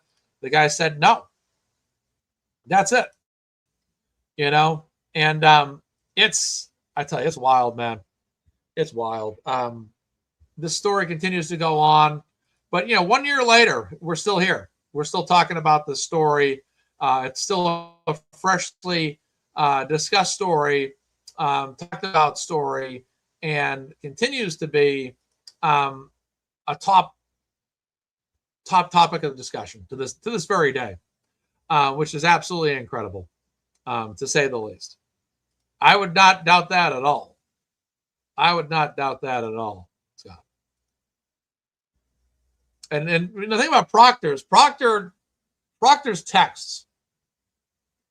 I mean, do you look like, do they sound like a guy you'd love and trust when you read some of those texts? You know, I understand people of all walks of life write texts. Sometimes not their best moment. I get it. But it just seemed like some of the things this guy had to say were absolutely, again, you know, someone said, well, don't other people out there say terrible things too? Yeah, you're right. But there's a difference. Like one person said, there's a difference when that person's a cop. They're wearing a badge. They're overseeing crimes. They're, who knows what crimes, every crime every arrest he's ever made or every investigation he's ever been a part of now is now subject to reinvestigation. What went on there? Did Proctor, like I said, maybe he did this stuff occasionally. Maybe he did. Maybe he only did this on Karen Reed's case only. I don't know. Maybe he did it multiple times before and it never came to light. I don't know. But it's very interesting to say the least. It's very interesting to say the least. But 1 year later, it's just interesting about all these depositions that come up. And, ultimately, Proctor's not showing up for it, causing a lot of chaos, all that nonsense. Let's take some calls. Let's take some calls on this show today. Let's do it. Let's take some calls on this show. I'm going to take some calls today. 1 year anniversary. How do you guys want to do the calls? Do you want me just to open up a spaces on X? Type X in the chat if you want me to open up a spaces on X. Or type in, I guess we can do it in StreamYard too. Is potentially something we can do. You're going to be on camera if you're going to come up on StreamYard, though. X, if you want to do the calls by X spaces. And then just here, you can just write the word here if you want it to be on StreamYard. So let me know what you guys want to do. If you guys want to, Scott doesn't do X. Let's see what else anybody else says. Yeah. Here. That's 2 for here so far. Everybody's saying here. All right, let's do it here. All right. Nope, I don't want to do that. I just want to, I'll drop it in the chat. All right, there we go. Do it here. All right, there we go. No X for you. All right, that's just not rejecting my comments. All right, I'll do it another way then. I'll ask it a different way. All right, hold on. StreamYard won't even let me put it in the put the link in the chat here. 1 second. All right, there we go. There we go. Got to be on camera. All right, there's the chat. There it is right there. Ask it a different way, Mr. Mazza. Exactly. Hey, Super April's here. Space is beneath you, Maz. I don't see Super April too often. Hope you're doing good. All right, so the link is there. Should be there. You guys can pop up as you want here if you guys want to talk. X is too toxic. Yeah, I guess X is a tough spot. X is tough. That's for sure. All right, let me make sure I get this up. Should be good. You're just going to go right to that link right there and join up. Good. Unless nobody wants to come up, then okay. It's up to you guys. It's up to you guys.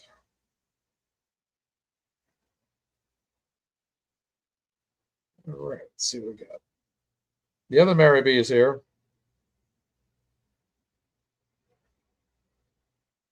Is that link not going in the chat? Is that link not going in the chat?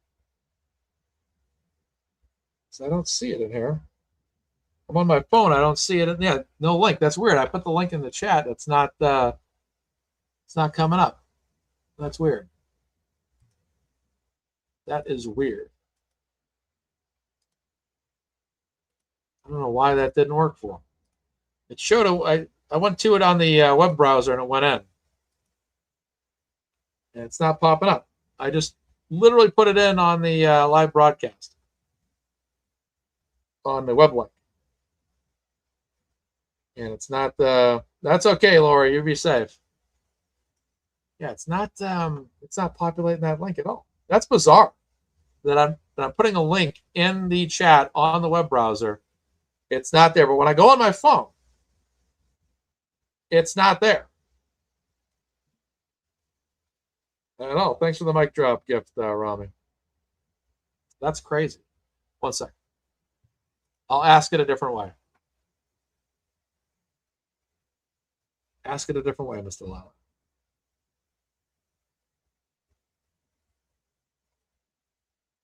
Right.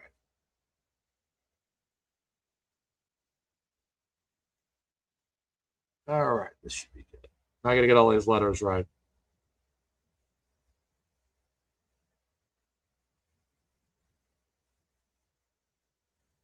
Okay, this should be it. UFERDP. Let's just try it. Okay, let's see if that works now. All right, give that a shot. Let's see if this works. Pin message. All right, let me try it right out of the chat here. Let's see if this works. Let's see if we got it. I don't know why it wasn't allowing me to put it in at the web browser level. That was bizarre. Yep, that's it. Should be it.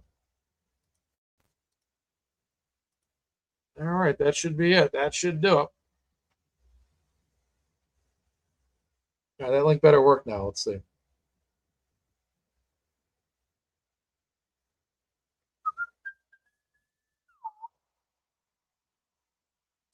That should do it. The link is pinned. That was bizarre how I put it at the web link level, but didn't. Let's make sure this is the right chest. Okay, there we go. It's working. All right, good. We're good. We're good. All right, I'll stand by for somebody to join the show and say hello. Whoever wants to talk.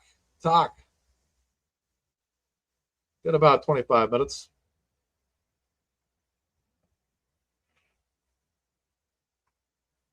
That's pinned to the chat. If you guys want to join the show, be my guest. Some people might be setting up cameras. You got to be on camera. That's the only thing. You got to be on camera.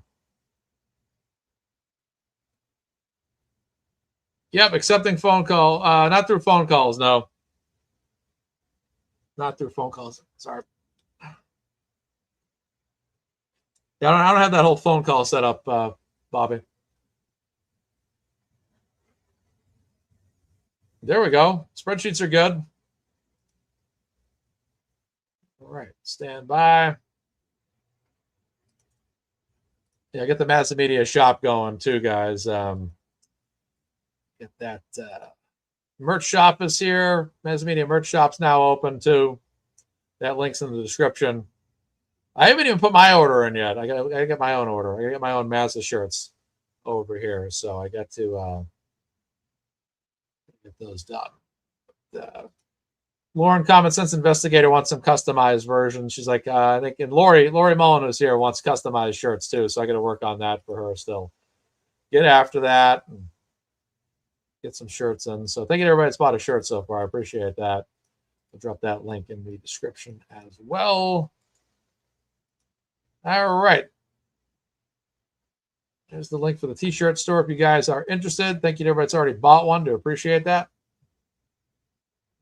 Well, that'd be nice. That would be really nice, actually. That would be really cool if they did that. I wish they would. I just can't believe it's been a year since Karen Reed's been acquitted. That's nuts.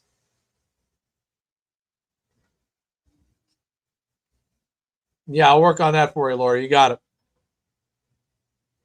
You got it. All right. I'm going to give it a couple more minutes here. If anybody doesn't show up, then I'm just going to call it a show. So that's all right. I don't know how popular my call-in sessions are. I think I tried to do it one time and nobody showed up. I'm like, okay, well, all right. No call on Massive Media. That's all right. I'm not sure people setting up their cameras or something. So, all right. I'm going to give it a couple more seconds here. If not, then I'm probably going to wrap the show up. Move on to other things throughout the day here. So, all right. Massive Media's call-in session with 0 calls. 0, 0, 0. It's all right. It's all good. No worries at all. If you guys didn't see Emily C's show last night, that was a great show. That was a fantastic show. Great money raised for Adam Deitch last night.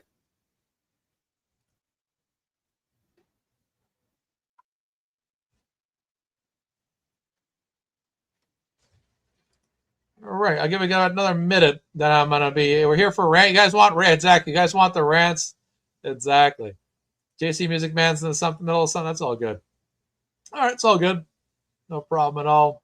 All right, I'm gonna find some stuff to talk about then. Scrounge the internet here. One second. Thank you, JC, man. Appreciate that. We had all kinds of stuff to talk about last week. We had the New York Knicks parade to talk about, which was wild. That was crazy. I get stuff here. Hold up.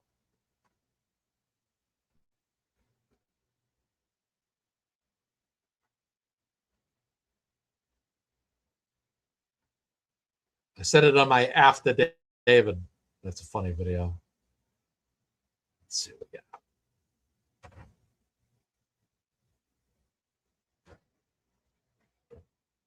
Okay, here we go. Let's talk about some stuff here. Here we go. All right. Actually, you know what? If I know who you are and you're not on camera, you can come on. If I don't know who you are, you have to be on camera. That's the new rule. So if the other Mary B wants to come on, it's your call. No worries. All right, moving on. All right, let's talk about this.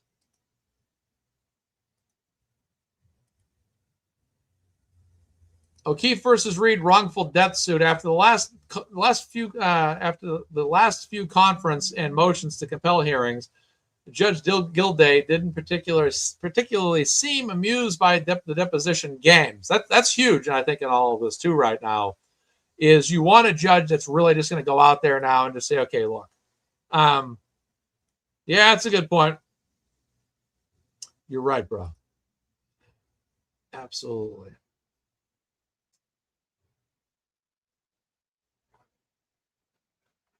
I'll zoom this in a little bit more.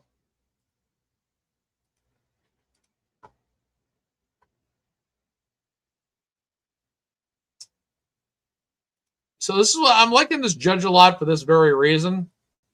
Is I felt like the biggest thing that hurt Karen Reed and her defense team in their trials was the fact that they had to battle Judge Canoni, Emperor Canoni, okay? And what she would do is give the prosecution every ounce of favor known to man. Every ounce of favor known to man. And every single time they needed more time, she'd give it to them. She'd give the defense a hard time, go easy on the prosecution. The defense would argue the prosecution was supposed to give them things by such and such a date. They would not. And then from there, the judge would just allow this to happen over and over and over again. And it was a little bit beyond ridiculous.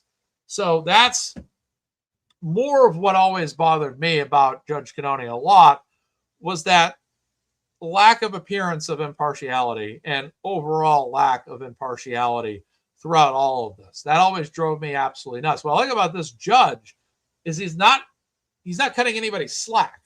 He's just like, look, show up for your depositions. We're going to have the depositions. This is happening. It's going to happen. People got to be there. And that's the bottom line. The Stone Cold said so. And I'm all for that. All right. I doubt I'll be thrilled to find that Colin Albert's affidavit appears to be unsworn and doesn't even indicate a date. Those pesky details like swearing to a statement or putting a date on it tend to matter in court. We'll see how much patience the court has left. So this is just some stuff that's coming out here. And again, just I like Kelly's post a lot. I'm a big fan of her on Twitter. She's one of my favorites. She has a lot of good stuff. Another update here. She posts a lot. Follow Kelly Steffi. She has a lot of followers too. 2,000 followers, over 2,000. Kelly Steffi, good poster here on Twitter. She says, former Canton Police Department Sergeant Good has been officially suspended by the Massachusetts Post Commission. According to a suspension order issued on June 18, 2026, the commission voted to suspend Good's law enforcement certification after determining that doing so is in the best interest of the health, safety, and welfare of the public. The order directs the immediate surrender and revocation of all law enforcement credentials, permits, badges, agency-issued equipment. The suspension will remain in effect until a final decision is reached or the commission revokes the order.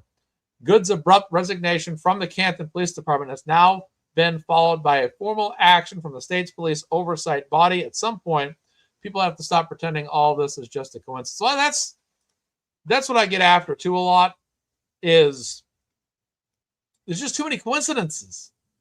That's the biggest problem in all of this, is the amount of coincidences. Every single time you turn around, well, this happened, this happened. You're not going to believe what happened here. You're not going to believe who tied into who. That can't happen that many times and not be something that's notable. That's what I got to say. That's what I got to say. Scott says, Judge Gilday is being tough on both sides. I suppose if one is on the Karen Reed side like me, it can be seen that Judge Gilday is anti-Karen Reed. Anti-Karen. A little bit.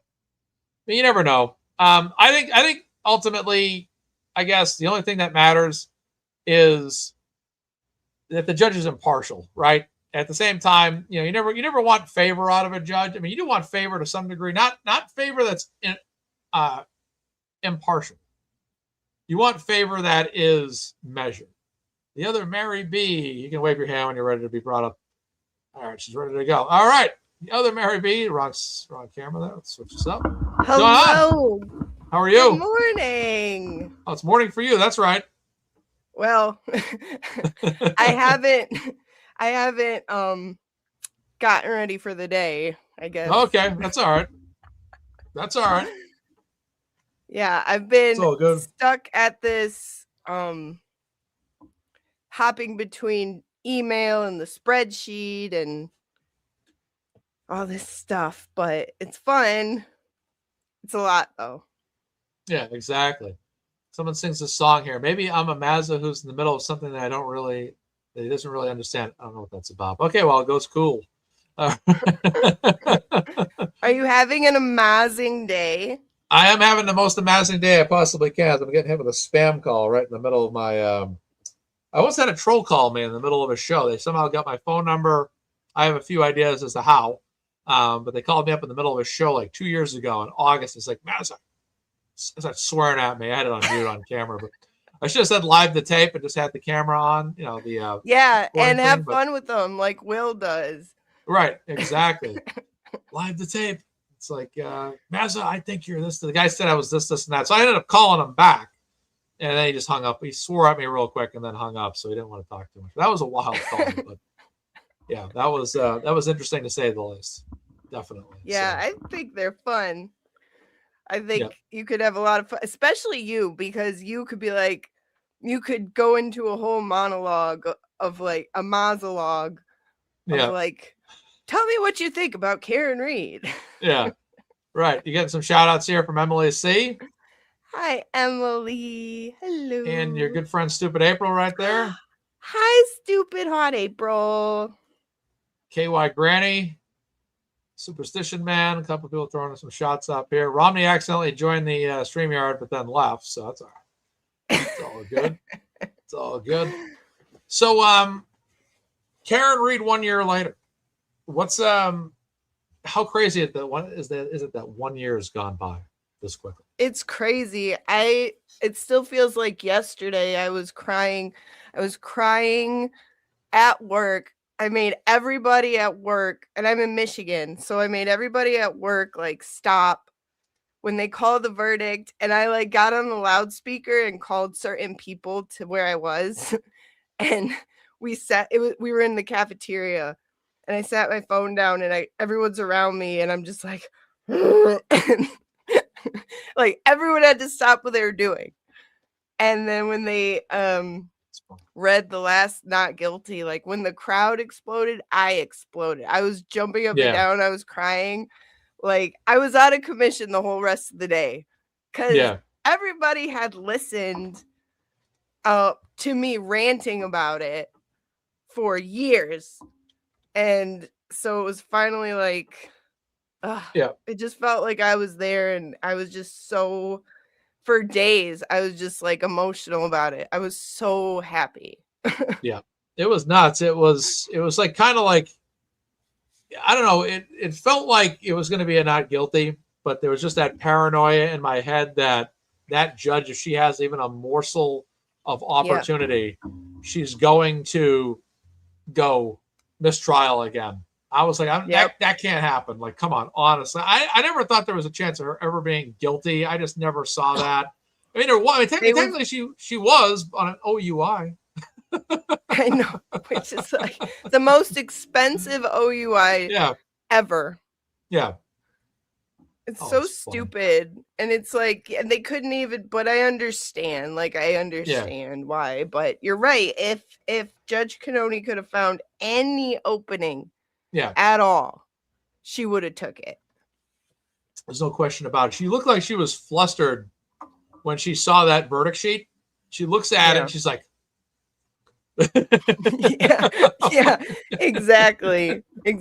And like, just yeah, when she was hugging her dad, when Karen was hugging her dad, yeah, like, well, first of all, I was watching with Melanie and Mr. Betterow, and I lost it, right? Then when I yeah, saw Mr. Yannetti, I lost it. And yeah, then when Karen was hugging her dad, because like Mr. Reed always was inspiring to me, because like he's like my dad was, yeah, you know, like just the best dad, you know. So when she was hugging her dad, then I lost it again. mm, And then rewatching it over a few days, I was just like, there's nothing like it. There's just it. I love, that's my happy place. Verdict day is my yeah, happy place. yeah. That's awesome. That's really cool. It was an amazing day, and I wish I had been out there, but it's one of those things that when you weren't, you kind of remember where you were. It was Oh just an yeah. energy, and there was an enthusiasm and all that was going on, and it was an absolutely incredible day. And just seeing Karen's reaction, she was um, very obviously just shooken, by the moment, and as you'd expect after over 3 years of her life, having this giant boulder of chaos on her shoulder that still is a fight today, but even today,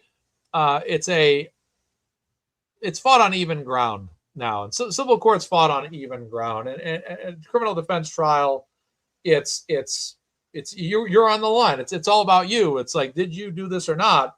Um, all that. But I felt that her reaction was exactly how an innocent woman would have reacted. It wasn't arrogant. It wasn't whatever. It was, thank God. And I believe Karen always believed she would be acquitted. I do. But I still think, regardless of that, there's that intensity, there's that pressure, there's that, for us, we're concerned for her. But if she is convicted, it's her that goes to jail. We don't go to jail, prison. She goes to prison. Yeah. We feel it, but we don't feel it from the first person perspective, from her seat and her family's seat, when she's hugging her parents for what may have been potentially the last time. But Yeah. overall, her reaction was exactly how you'd expect, which was all out relief at the highest level.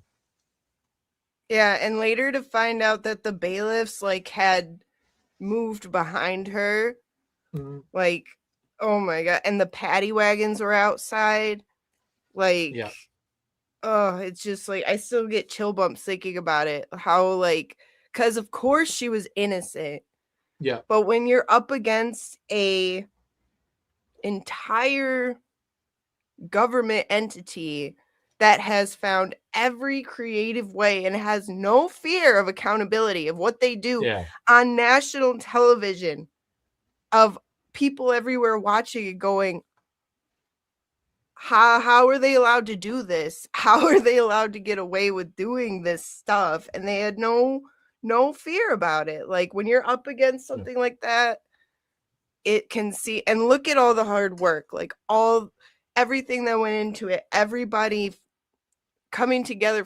for years to provide an unusually well-funded defense. I love those words. yeah, And like everything Aiden did, all those people outside, and Aiden's reaction, Aiden coming yeah. down those stairs was like, just the best. I Right after loved it. John And DePetro comes out getting booed. that, I know that, like, I thought it couldn't get better, but Yeah. because I love trolling. I love fun trolling, and that was Yeah. very fun. Right. Oh my God, that was such a perfect moment. That guy's life was so, the whole taillight incident in the parking lot and all that. It I was just know. wild. It was Poetry. It was crazy. poetic. Yeah. It's just, I think it's just, I think, like I said, whether people out there believe in God or don't, or believe in karma or whatever, whatever creed, religion they believe in, I always feel like there's a force that's out there that's writing life to the right direction, no matter what bad things happen. And I just felt like in this situation, it was, Karen was going to go right to the finish line. And, there's a lot of people out there that have had bad things to say about it. It was just ironic that guy's taillight happened to shatter that day. I know. Or back in the car or whatever. Sweet irony. Yeah. So good. Oh, it was great. Yeah, and I don't believe in coincidences. I do believe like God has a plan for everything, and everything that happens is for a purpose. And like you could see throughout from the beginning all the little things that came up that wouldn't have, and the case would have gone in a whole different direction. It's like incredible to me. And that, like, I was praying the whole time while we were waiting for the verdict. I was just like, God, please, please, please, please, God, please, please, please. Yeah. But we know she's innocent. But again, they fought dirty. But look at, and Karen didn't have to fight dirty. She fought with the truth and won. Yeah, that's right. That's the ultimate point. Very well said. Yeah, because that's a great point. Because again, when the truth's on your side, that's all you have to fight with. There's nothing to be nervous about. There's nothing to be concerned about, because the truth's on your side. You can argue this all day inside and out, because it gets back to the truth. The truth's always in the center. It's like gravity. It always pulls in a certain direction. And that's where the truth always goes. And if you try to pull against it, you're pulling against gravitational, almost like a hypothetical gravitational pull. It's like that with lying. It's like the more you lie, the less sense it makes. It's not congruent with the truth. And when you have the truth, you'll look people straight in the eyes all day and just say, hey, I'll have this debate with you all day. We can go all day because I know the truth. And that's that. Yeah. Yeah. And like that's why we're still in this, though, is because how many people have not won with the truth? Because thank God, like, she had her amazing legal team. She had Aiden. She had everybody who banded together and made this what it is. But think of all the people who didn't have that. And that's why Emily doing her fundraiser for Adam Deitch is so important, and actually making change for it is important. I always tell people on my channel, like, you have to get involved in your local government. It's more than just presidential elections. You have to know what's going on, what they're doing, when elections are. You have to get involved. That's where the change happens. Otherwise, we'd have to keep doing what we're doing for Karen Reed. And so many people have gone without that justice, like Sandra Birchmore. Like, you have to actually get into, we don't ever want to have to do what we did for Karen Reed for anybody else. Right. Because we want it to not be able to happen. And with Aiden, it's still happening to Aiden. And that's why we're trying to help him, and hoping that this becomes a landmark historical event like Karen's was, where actual change happens and the government can't just trample people anymore, which it hurts my heart to think of the people who have gone without being noticed, who have just fell victim to this system in the past that we don't know about, and more will come. That's why I'm so glad those texts came out and we can finally start to see what these pieces of garbage have really been doing. That's for sure. I mean, it was very revealing. I mean, I understand, like, every officer probably has some foul talk on their phone, right or wrong or different, no matter. It's the fact that these officers were, what they're talking about specifically was heinous, irredeemable. And then just, again, these are guys that are cops, and talking about, like, for me, like, the biggest thing, despite all the language and derogatory remarks, was just the fact that he suggested the idea of basically planting something on somebody, because that, to me, is the most relevant piece of information as it pertains to the Karen Reed case. And that's what I, said to myself, okay, that's something, because again, it doesn't show intent, but it shows that idea is in his head and that he's actually thought about from time to time the idea of wanting to do something like that. And when you're looking at Karen Reed, come on, it's like, well, dude, Yeah. Pinning it, pin it on the girl.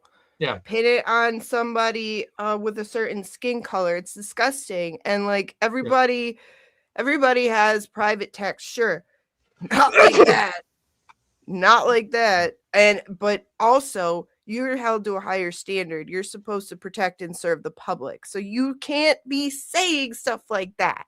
Yeah. You can't think that way and be an officer. You just can't. Like you if you are a police officer, you have to be held to a higher standard. You're not allowed to discriminate against people because you're supposed to protect and serve every single person, regardless of their gender or skin color. Like it's child's play. It's disgusting. Yeah. It's like the worst. Remember how like outraged we were over the text about Karen, right? Which were disgusting and horrible. And I remember thinking like all the way over here in Michigan, like how is this case allowed to go on after this? Right. Like that and a million other things made me say that. But then like to see those texts about Karen now were among the milder ones. And I have the sickest feeling that it gets so much worse. Yeah. And that just makes me feel sick to my stomach that like I feel like Proctor is their patsy. Like that's how I feel too. Lamb. Yeah. Yeah. I'm strongly in agreement with you on that. Now I know that he is the most public facing villain in all of this. That's outside of the courtroom. So Judge Beverly Canoni, whomever aside, prosecutors aside, you look at the DA's office. You know, I've always looked at it like a line, like a stack of cards, basically. And Proctor, maybe a line of something goes left to right, we'll say.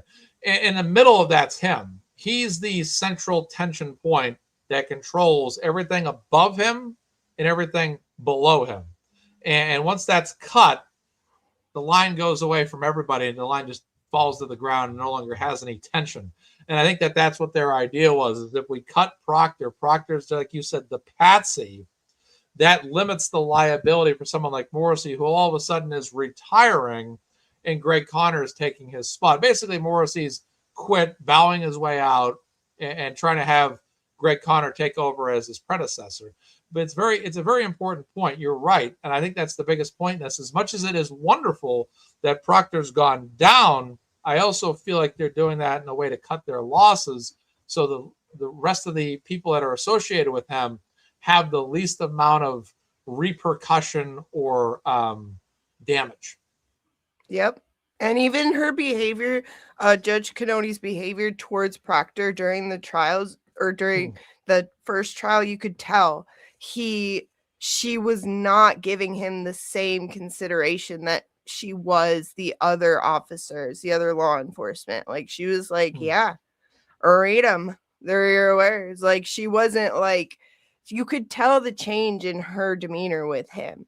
And I think he was just the one dumb enough to have this, he was the one dumb enough to be led into this situation where now he is literally like the most hated person on planet Earth now because he's been used as an example and they're hoping like, oh yeah, look how bad he is. Like I would bet that Brian Albert's texts are somehow even worse. Yeah.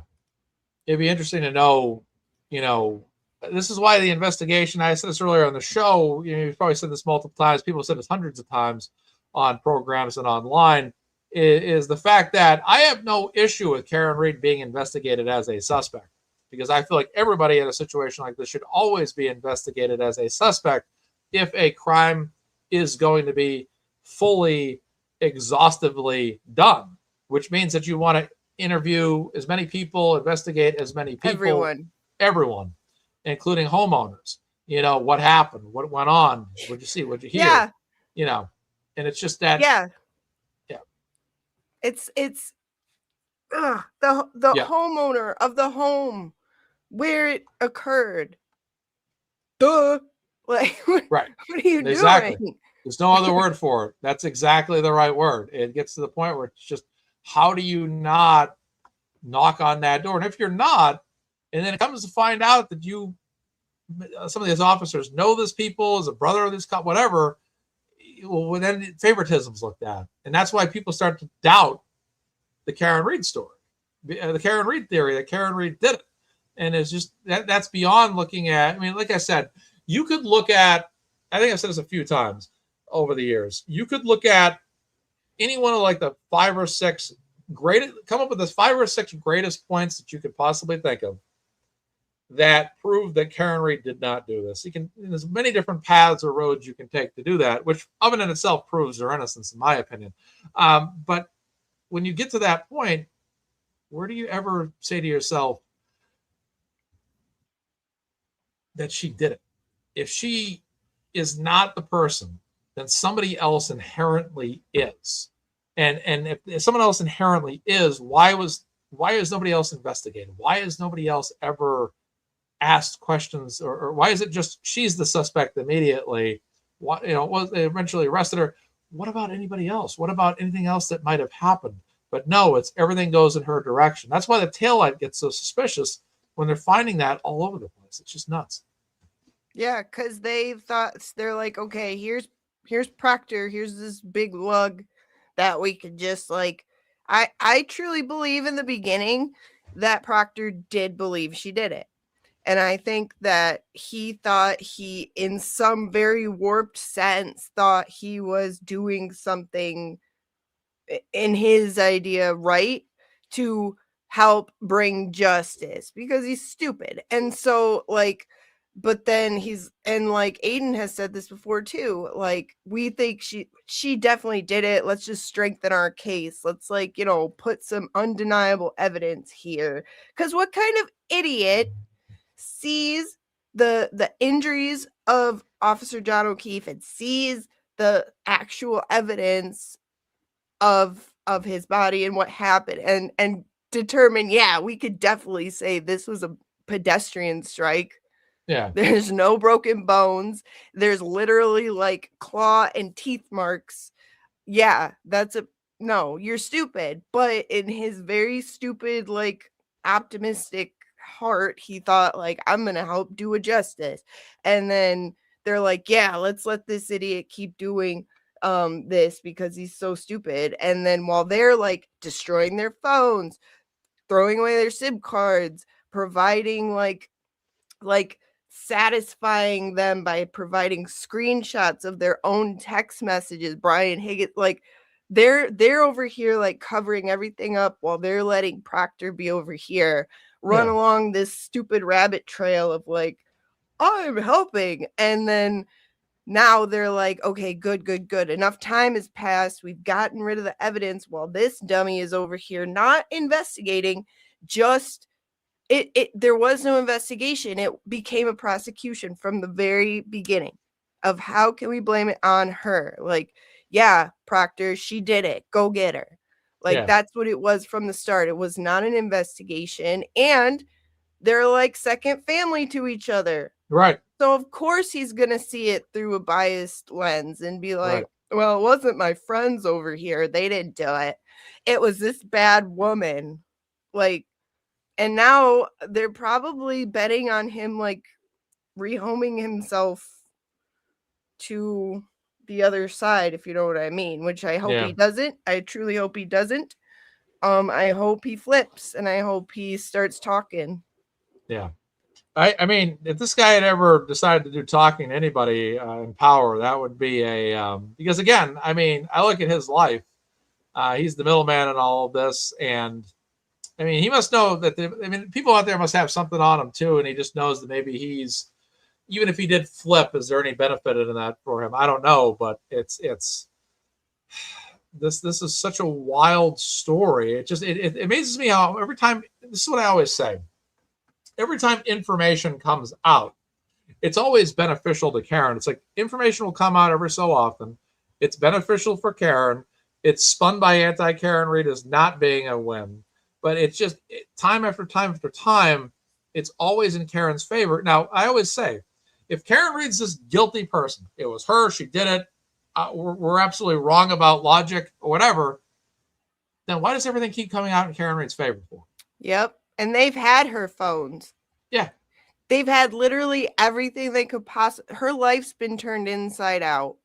And they have access to literally everything about her and Aiden. Yeah. And still, she is acquitted. She is free. Yeah. That's incredible. Scott McGinnis writes. Didn't Bev's brother represent Chris Albert? Yeah, I believe that is true. I believe that is, yes, I believe that is true. I think so. I've heard something along those lines. Yeah. I might have the names wrong, but I know that was something. And her father, who was her father, Scott? I remember something. Rami's saying yes. Yeah. Like it, and Aiden did a good Canton cover up edition of all the connections of them, and that just like my mind just I knew it. Yeah. It's small town. Like Mo Esquire and I talk all the time, and she said it's just a small little town. Yeah. It's a small little town of like everybody's related to each other, everybody knows each other, and it takes a little favor and a handshake and connections. Yeah. Which Karen didn't have. Yeah. That's why I think this whole thing was a monstrosity of. It's like in Jurassic Park, they were so busy preoccupied with whether or not they could that they didn't stop to think about whether or not they should. And I think that people in this town and the people that are in authorities up to the DA's office, Massachusetts State Police, certain people believe that they had the ability. Well, we could pull this off. We could hypothetically pin this on the girl. Okay. But should you? And Michael Proctor's life is a living embodiment of why you shouldn't have, because again, it all hinged upon Karen Reed fighting back and standing up. Yeah, and I think they also were emboldened because I no doubt they've done this who knows how many times. And got sloppy, like very, very sloppy. They thought they were just gonna pin it on the girl, wrap it up, cut and dry. No way she skates. And now where are they now? Look at all the players in this. Where are they now? They're just dropping like flies, and Karen just keeps on winning because she has the truth on her side and finally the power to fight against them with the truth. Yeah. It's wild. It's an incredible story. It's amazing the story continues to go on. I first learned about the story. I probably heard about it when it happened, but I forgot probably like 2 minutes later. But I heard about the story in April, May, somewhere around there in 2023. Started posting about it on the Mazda Media X page in the summer of 2023, and then started YouTubing, I think, sometime in the early 2024. But YouTube before that, but I took a break for a while and started tweeting about this stuff all the time. But it was just a story I never thought back in 2023 that I'd still be sitting here in June 2026 still talking about, and a story that could foreseeably have at minimum 2 to 3 more years of courtroom appearances, probably long. I mean, this thing could be going on till 2033 with follow-up lawsuits, other lawsuits. Who knows what else happens in the future? But this thing could be talked about for a long time. Yeah, I foresee huge wins. I mean, obviously for Karen and Aiden, and like mostly I really, really, really hope Officer John O'Keefe does get justice. I don't know, and that's really sad because like you would think at the very least your fellow officers would be doing everything they can to get down to the truth of it, not just fabricating things to cover their asses. Like, where's your honor? Where's your humanity over a fallen officer who was a good officer and deserves justice? And like Karen didn't even get to grieve. Yeah. Still has not even got to grieve and lived with being called being accused of doing that to him. I can't even imagine what she went through. Yeah. It's And still psychologically, it's just shocking. People saying it. Yeah. They're still saying she did it. It's insane. I know. And that's such a great point, because again, two trials. There were 2 trials. She was not convicted. Sometimes I like to say, oh, well, OJ did it, but he wasn't convicted. Yeah, you're right. You're correct, because I always believed OJ did it too. You're 100% right about that counterpoint. But you know what the difference is? OJ Simpson and Karen Reed, those stories are not one and the same. This is a totally different story, totally different sets of evidence here. And the evidence doesn't, you look at John O'Keefe's wounds on his arms, Dr. Marie Russell testifying about pattern wounds, and Hank Brennan hammered her, didn't he? Hank Brennan was all in on her, because Hank Brennan knew. He was awful to her. You don't mess with Dr. Russell, dude. He knew her testimony was one of the most, it was like exit 1 on a highway, okay? The first exit, you get on the highway, you take the first exit. That was Dr. Marie Russell in terms of Karen Reed's innocence. She was the very first exit, because all you have to do is show, John, like I said, picks 5 or 6 different things that that Karen Reed, prove Karen Reed's innocence, and you can go all the way with it to prove your point without needing the others. You can do it off any one of like 5 or 6 or more. And that's one of them. Just the arms. Look at the arm. Well, look at the arm. Is that taillight? Does that look like taillight to you? No. None of that. And then after that, what do you say? Well, if it's pattern wounds, and it looks like teeth marks and bite marks, well, how the hell is that taillight? And that to me right there, that's reasonable doubt. And not only is it reasonable doubt, it's absolute proof that it's not taillight. Game over, man. Yeah, that's the first thing, like, because like I said, I ranted about it. Like, the family would come home, I got it on the TV, I'm watching it somehow.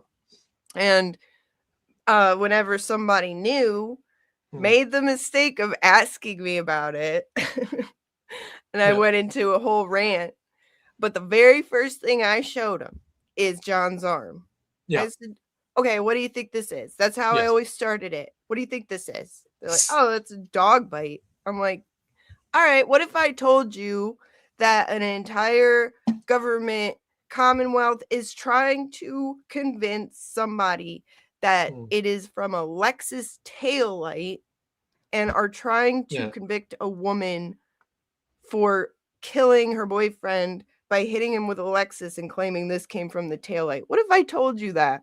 Yeah. And they're like, huh?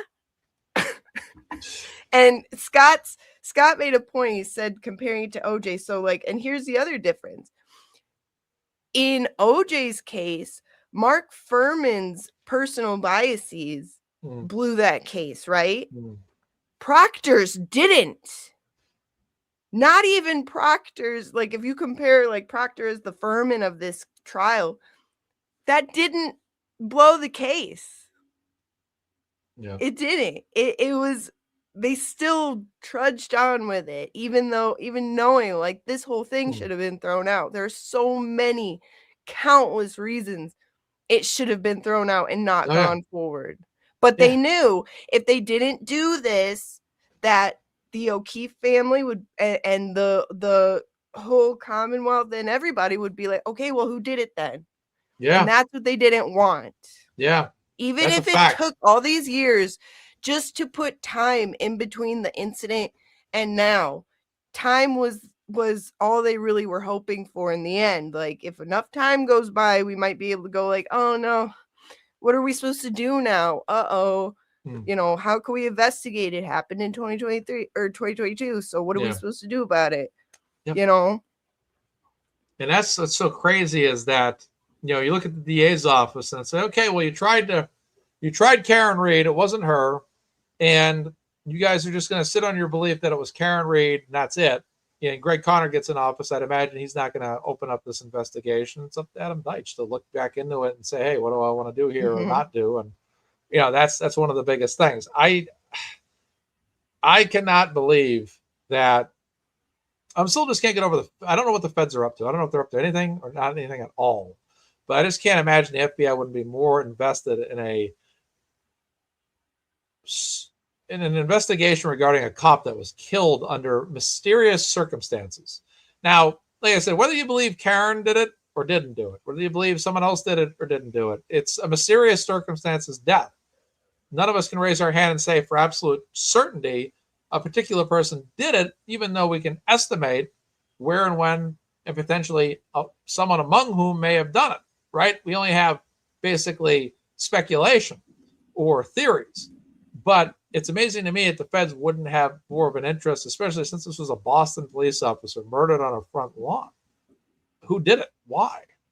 Why isn't there more security footage? Did they have dead ends? I don't know. It's such a bizarre story. I don't know if the feds, because you look at was it Matthew Farwell with Sandra Birchmore, the arrest that took place at the feds, that took a while to happen. Then all of a sudden one day the feds came rolling in, made the arrest. We've had 227 viewers live at least 20 times during this stream, and it's wild. Yeah, that's crazy. That's a sign right there. Mm-hmm. And like, so it took, this is just what we're uncovering. Like, you have Emily doing her amazing FOIAing, and you have, Karen's entering in all these new pieces of evidence. Think of what the feds could have, and who is, how many times have you ever heard the feds like announce, we're done here? So right. Never in my life. Nobody ever knows. So given what we're only seeing, and that's just what we're seeing, I would bet, and the case was won based on the investigation or lack thereof. So, and that's why the feds originally came in, right? Or that's what they were looking into. So, of course, they probably found a lot of concern. I think they're all quaking and shaking, and they should be, because you can't do that to people. Yeah. I think back to this piece of footage here. 1 second. This image here that I'm going to play on the screen, put on the screen just a second. This is the Karen Reed's vehicle being towed away. If I'm not mistaken, I think this was Dighton. Mm-hmm. At her dad's house. Yeah, the taillight is on. It's lit up here. It's right there. Like, how do you when you look at the amount of shattered taillight, how in the world can they even make an argument that there would be enough taillight there to equal whatever they found at the crime scene? 47 pieces. Yeah. This video, I mean, I can't tell the status of that or health of that taillight, but one thing I can tell you is quite a bit of it's intact. Quite a bit of it's lit up. More than what was in their crime scene photo. Yeah. It's different. It's just different. Yeah. Yeah. It's insane. The first time I ever saw this, I think they did play this a few times to show this during the trial.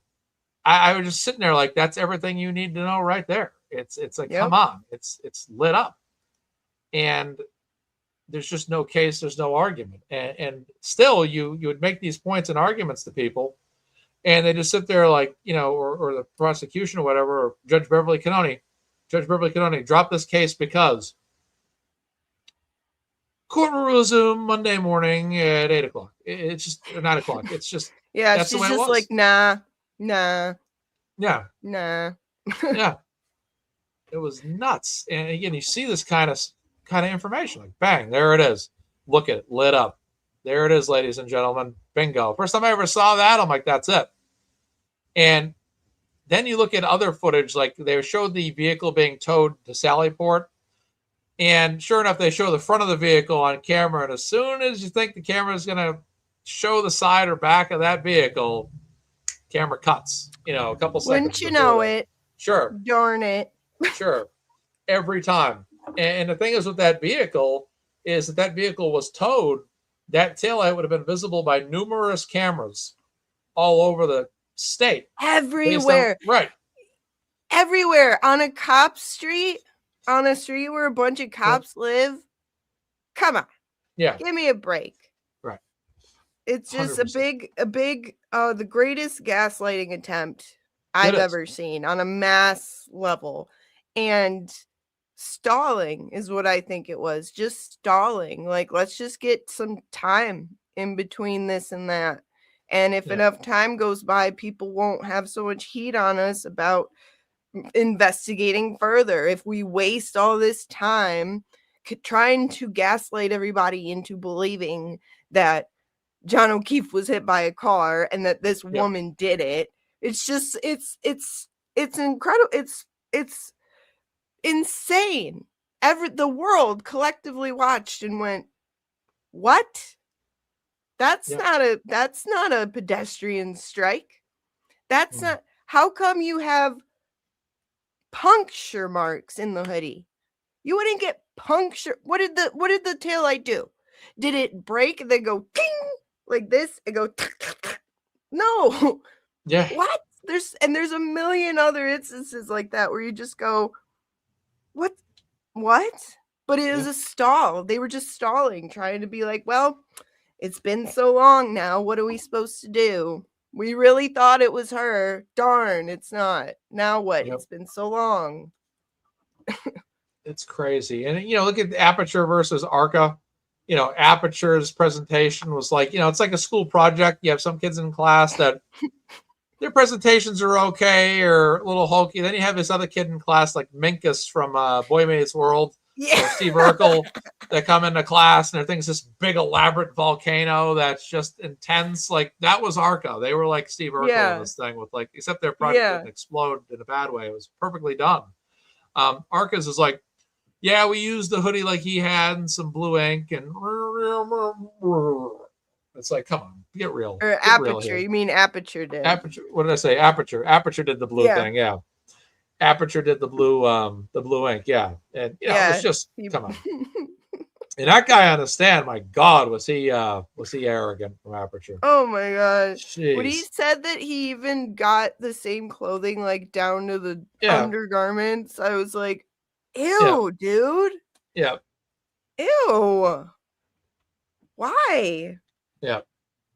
And then how beautiful is it to hear Charlie DeLoach talking about how, like, when they went to visit the scene and saw the car in the house, he looked at the berm. Yeah, you didn't factor that in, Judd the Chud. You just used blue paint and went, yup, it could happen. Come on, dude. That's And the state knew that this was a joke. They knew that it was just silly.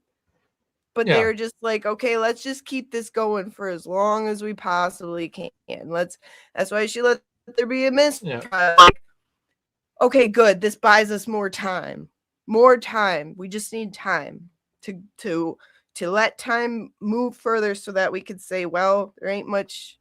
It's been so long since it happened. What else can we do now? The house is sold. The dog is gone. Everybody's fired or retired.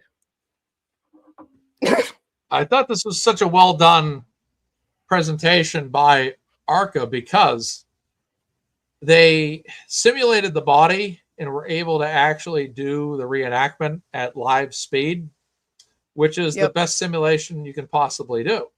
And then you see the results of what ended up happening here. Here's the thing. I never thought that the arm could actually break until Arca showed this in the trial. I was there as, I figured maybe the arm would get hit, knocked away, bruised. I figured the body would always just get pushed out of the way, but I never thought, because, they have the arm lined up specifically here with how the damage and wounds were on the arm. So that means that the arm would have had to have been in this exact, pretty much right here. And that's about as good as an angle as you're going to get. And they got it. And again, I never would have thought the arm would have basically been broken like they found in their test results. That was nuts. Yeah. And you would see rips in the hoodie. You would see pieces of fabric that were like almost like sliced from, and it would, taillights don't bite. Taillights don't bite people, so No. actual speed. Wow, imagine that. Yeah. An experiment using is the it right actual here. speed. And look at that. I was actually shocked at their findings. Yeah, I think my thing's breaking up. I apologize. The taillight actually broke in this experiment, which I didn't expect. But then there was something else that happened, which was that arm. Yeah. You know, no puncture wounds at all to that. I mean, you see it right there in clear day. Even if the arm doesn't break, there's no puncture wounds in that shirt. The shirt's basically clean. It's unscathed. It's perfectly fine. Yeah, and it There's had no little way for that to puncture wounds, be like just like I tooth thought. punctures. Yeah, I don't see any teeth popping out.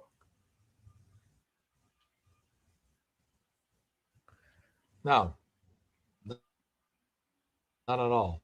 It's just incredible that, again, things that don't line up, and you show that before a jury, and it's like, look, there's no puncture in the shirt.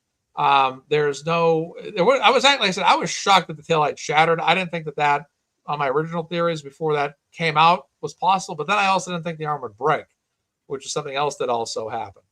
And then after that, I was like, okay, wow. There's no puncture though. There's still no puncture, which was to me one of the biggest takeaways. If there's no puncture, you've had this point made on the show as well today. There's no puncture, then how did those wounds get on his arm?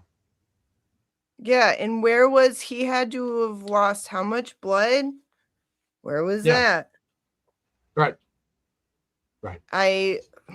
They knew this was the silly joke, but they had to do everything they could to sell it. Like everybody who was pushing all this silliness had to collectively just be like, okay, yeah, we'll go with that. Okay, yeah, fine. Yep.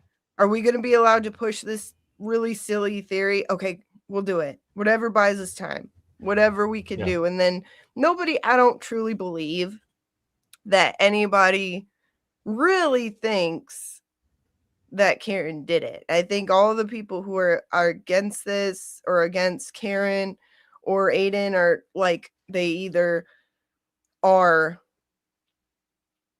acquired by the DA to help spread, because we've seen them do it. We've seen them employ the help of, for lack of a better word, trolls to try to sow discord, to try to even help, even things that certain trolls have done on behalf of the DA have made it into court. Yeah, that's not how it looked when it left Dighton. At all. They cleaned that cylinder of that right, the one on the right there. They cleaned that thing right out. They just took it and they scraped it. That's crazy. Nope. It did not look like that when it left Dighton. Everybody could see it. Given technology and all that, one of the things I wonder is how much knowledge of technology these officers have when they were doing this. Did they know, things like, because the defense team, they can work with experts, look back at things, do research. These officers, basically, maybe officers that could have got away with this 10 years earlier, but because technology's kind of caught up, it's a lot tougher to do that now. Yeah, and they were ignorant on purpose. They were purposely trying not to do a thorough investigation. So in that sense, you could just say whatever. Like Trooper Paul, like it just did. It just does. Like you get an opportunity to be lazy where your boss, if you're a Mass State Trooper, the intent is for you to not do a good job. So you could say anything. They're like, hey, we're going to phone this one in and then some, like, because they could easily get the same exact type of experts. They could easily have investigated it thoroughly and came to the proper conclusions, but they were purposely trying not to do that. So I would hope that in any other investigation, they would actually be trying to investigate. I hope. Yeah. But they were trying to do the opposite, like purposely on this one. Yeah, absolutely. People are digging into what happened allegedly in Canton last night with the alleged threat that came in. Let's say people are filing requests to see actual information or documentation of something happening. A guy named Adam Scott at Chef CA Scott CCC on Twitter. I guess he made a request. He requested all communication with that event and the platform from last night, any potential threats that may have been made. He wanted an electronic record of it. And then the request visibility is unpublished at this time. And he says the police department there is usually really quick with easy requests. So he's just kind of digging into something there over there about last night's. So what are they saying, that they had to call the police? There's a word on the internet is that there was a threat made to that event last night. The allegation, I guess, yeah, was, I don't want to say the exact word, but there was a on air, but there was an alleged threat made, and the police department in town Canton had to respond to the incident. However, there's people are trying to uncover information. Yeah, this guy here, Adam Scott, he's trying to FOIA Canton PD for information about the event. That probably would have made the news, don't you think? Sure. Well, I mean, up here, debatably, quite honestly, that would have been debatable. But I mean, it's a pretty serious threat to happen. I mean, if somebody had did that, whether it was, the accusations that it was a Karen Reed supporter, I'm guessing. But even then, what about the chances that someone was trying to just, could have been somebody on the other side doing it, trying to make Karen Reed supporters look good or bad, or is this something that even happened at all? So I do like this person's approach about trying to get some actual information on what's. Yeah, we want to know. We don't want anybody on our side ever doing something like that. So yeah, we definitely want to know. Yeah, never, no chance in hell. So that's this is the information that's surfacing right now. Let me get it zoomed in. There we go. No.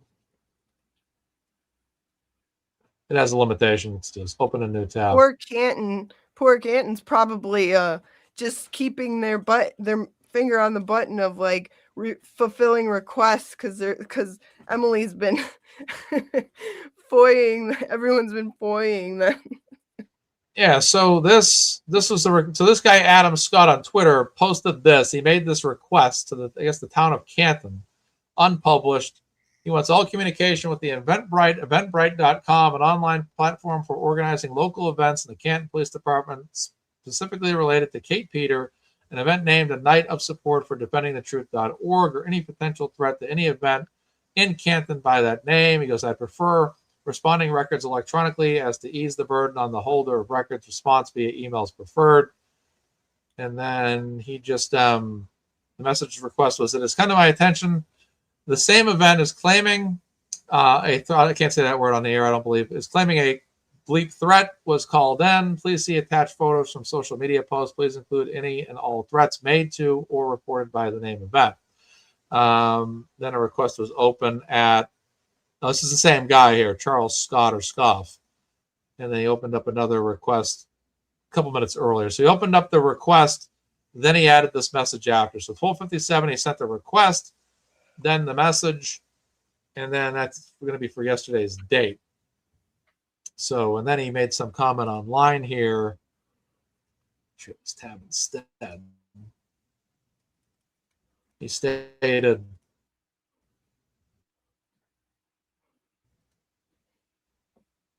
Canton PD is usually really quick with with easy requests. So I don't know how often he does FOIAs, this guy, but they said pretty big following online. He's from Germany. I guess he's from Germany. I guess I don't know, but yeah, it looks like he's the one that filed this request apparently, and posted this online. So yeah, that's interesting. So more information as that develops as to what happened allegedly yesterday, but that's getting the actual information is the actual way to do it. Is to actually get out there and request. Does this actually happen? Do we know what happened, etc. So. Yeah. Yeah. We don't ever want someone doing that ever. Yeah. But then again, So, given the source, I don't know. The source lies a lot. yeah, I'm 100% right. Like I said, I'm 100% of the belief that this is an absolute hoax until proven otherwise. And even if it is proven that someone, I mean, you got to figure for anybody to actually make a threat like that, that's a serious offense. And even if say someone on the other side that was a Karen Reed supporter hater that wanted to say call it in for a way of just making Karen Reed supporters look bad. That's a bad look. I mean, because that's a risky look too. You know, you just can't be making phone calls like that. So that's you know, Baker. that's Baker, yeah. no. I was supposed to go on with Baker and talk about my spreadsheet the other day. Oh, And oh, I didn't set my alarm, and I have oh. been living in crippling guilt ever since because I slept through it and I have never felt worse in my life. All right. And I owe him. I will be making this up to him for all my days. There we go. That's funny. I didn't know what that meant. That's funny. Yeah, so the guy that is from Germany is the guy that filed the request with Canton to get the information. He's not in any way involved with the alleged incident that happened yesterday. So just to clear that up for you, Lori. But yeah, that's interesting. So, but yeah, I'm going to take this completely as a hoax or nonsense until this is someone had said Eventbrite does not reach out to you about concerns like this, and then there was a screenshot she had posted where there was allegedly a request from Eventbrite about the event, but I don't know. I don't know, more information as it comes, but that's just interesting. I don't know. I'm not buying it, and I'm not really playing around with the idea of buying. I'm just basically saying I don't buy these kinds of things until I get documented proof that shows, okay, this actually happened. This is the perpetrator. This is who, that kind of stuff. Right now, it just seems like it's mystery statements. Yeah. It's coming from people that also say Karen Reed is guilty. So, yeah. I wouldn't. Yeah, that's what I mean. I wouldn't Exactly. take anything they Yeah. say seriously. Of course. With my media presentation, it's always going to be fair, objective, and unbiased and impartial. And down the line, maybe not, Of possibly. course. So, Of course. Every person's going to be looked at objectively at all times. I can't be up there and say that person a lot. Yeah. Right. No, it's all Ever good. objective Mazza. Fair and balanced. Exactly. Mazza. Exactly. Sometimes like people on my side, like, come on, Master, just F and say what you feel. I'm like, nope, I cannot. I must stay fair and partial and right down the middle of the road at all times. Right. Thank you. See, Baker, I said the same thing. It would, especially in Canton, you'd think that would be huge news. Yeah. Well, another thing too is it's always like, it seems like there always has to be this from the other camp. I'm talking about the source here on this one. Kate, it just seems like more often than not, there always seems to be an anti-Karen Reed, a knock on Karen Reed people no matter what. I don't, not that I recall. I don't recall any Karen Reed events ever having any kind of like allegation out there that somebody did. I don't recall that at all. It just seems like, because this has been a concern for a long time, there's a stigma against free Karen Reed people that they're potentially violent, potentially this, potentially that all the time. And there's not really I don't like that attitude, because I don't, when I look at Karen Reed people objectively, I don't really see that kind of behavior. And anti-Karen Reed people probably scoff and laugh their ass off at that statement, and that's the way they kind of probably react. But I don't see, I've never seen anybody on the Karen Reed side do this. And I say this point too, I don't see, just like with the Kelsey Fitzsimmons story that recently happened in Newburyport, I don't see any reason why anybody that's on Karen Reed's side or Turtleboy's side would ever want to do something like that, or would think to do something like that, because of a couple of reasons. Number one, Karen Reed's already acquitted. Number two, they never did anything before she was acquitted like that. So why would anybody do that? So I think it's just, like I said, this just appears obviously more the more nonsense, more, the Karen Reed people are bad. The Karen Reed people did this. They wanted to have, I'm sure they, some of them probably wanted to have 100 people out there that were Oh Karen Reed yeah. people to say, oh, look at all the Karen Reed people out there. Look at the way they're all acting. They wanted that kind of image. And to the best of my knowledge, only a few people went out there. They caused no trouble at all, from what I understand. I know there was a little bit of a confrontation that occurred out there yesterday. But beyond that, I mean, I'm sure all those people walked right in fine. It was an event they just had. It was fine, no issues. But it's like I said, it's just, it seems to be more like, I read this stuff first thing this morning. I'm like, oh, here we go now. Yep. Oh yeah, I'm sure that happened. Yeah, Yeah. that's so funny to include that in your post of like Yeah. making sure to talk about everything you overcame just to make this happen. We survived. They Yeah. tried to take us down. Like nobody tried to take you down. Nobody's tried to, no, please keep talking. Please keep talking. Yeah. We want to hear everything you Sure. guys have to say because it is very telling. Please keep Oh my going. goodness. Yeah. Yeah, it is a shot at Turtleboy here. Quote, Turtleboy begged and pleaded for an angry mob to descend upon us. No, It's like, oh my goodness. Oh my goodness. No, he didn't. Just like how they lied about the rolling rally, Yeah. where people were, nobody was violent, nobody was scaring people. They picked up their trash every day at the courthouse. They were picking up their trash, making sure that it was left clean, so they can lie all they want. But we know Sure. people who really are of the Free Karen Reed, Free Turtleboy group don't do that, because that only hurts the cause. So yeah, I don't buy it. My God. It never fails. I woke up this morning, I'm like, oh, here we, like CJ and San Andreas again. Oh, here we go again. Oh, here we go again. Oh, this shit again. Yeah. It's like, I personally don't think many people that are Karen Reed and Turtleboy supporters particularly even cared about that event. They're just like, yeah, let's watch Emily C raise money for Adam Deitch instead. Right. It's silly. Like, it's silly. It's based on, the whole thing's based on lies and manipulation. They're manipulating, unfortunately, they're manipulating the O'Keefe family, which sucks. Yeah. Do you think this is some kind of a way to try to put something on Aiden again? Like, Aiden somehow influence people's behaviors, that kind of, do you think that's some kind of the yeah, that's narrative? all.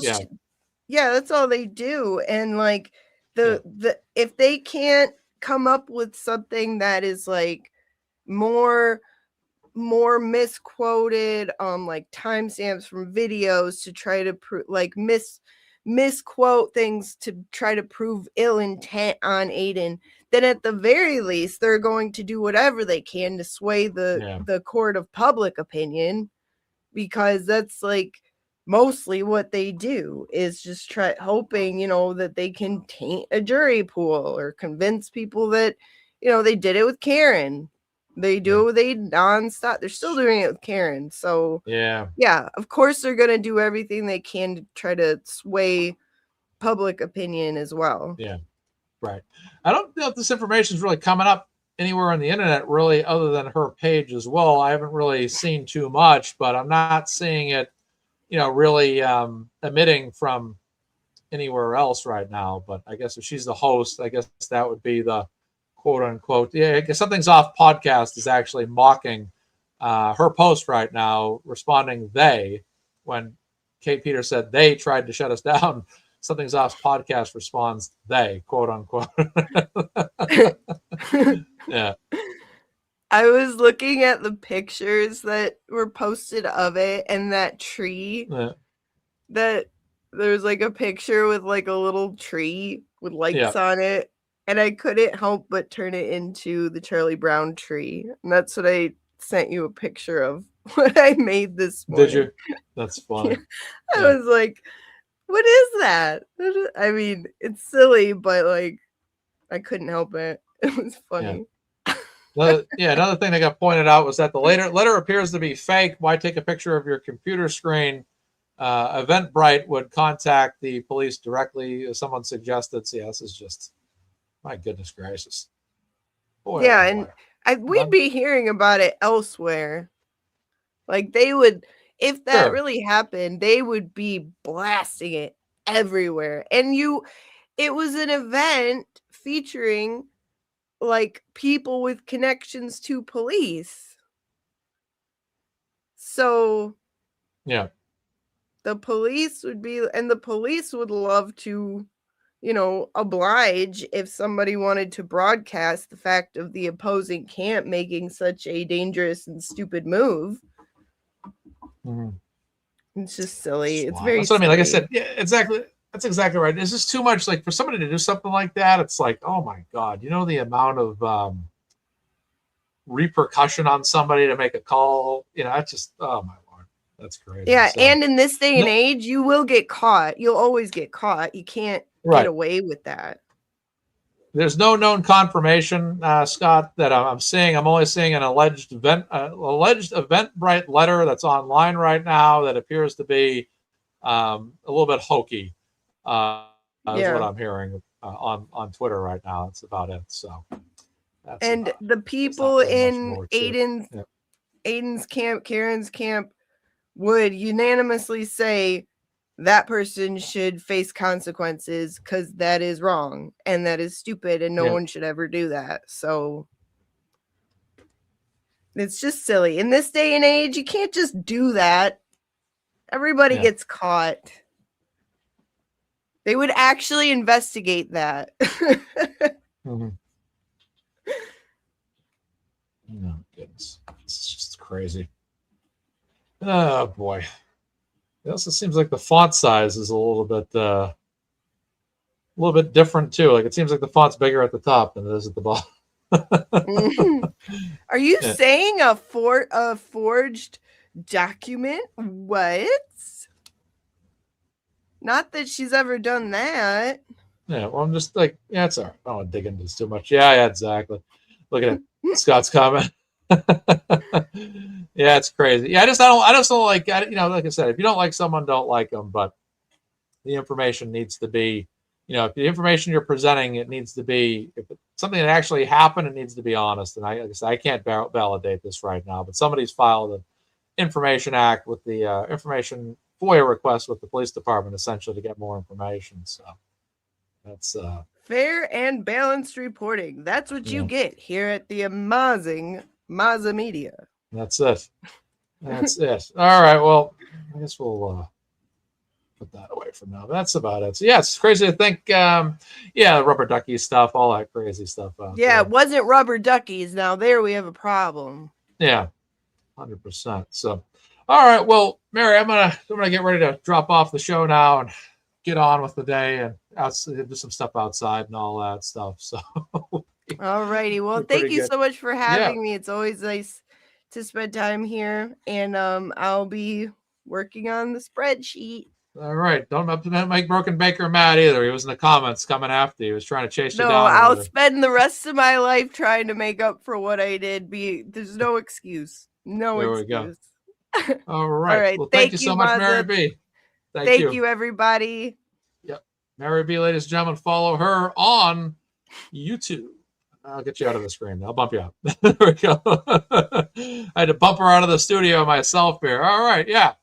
So that's it. That will be the show for today. Thank you guys. Almost 3 hours. I was going to do 2 hours. Then I had Mary B on. We talked for a bit, caught up on things. So yeah, thank you guys. Thank you guys for tuning in to Maza Media today. You guys have a great day. Take care of yourselves. And I don't know when I'm going to be back. I have no clue. This weekend, maybe? Next weekend, maybe? I don't even know. We'll figure it out. You guys take care of yourselves. Have a good one. Karen Reed's a free woman for 1 year and a free woman from a DUI now, too. And then beyond that, we'll see what we're going to do about Kelsey Fitzsimmons for another fundraiser, too. We'll see if we get something like that in the works. You guys take care. Have a great afternoon and evening. Take care from Maza Media. I'm Mark. Please be sure to like this video, subscribe. Thank you guys so much, and have a great day.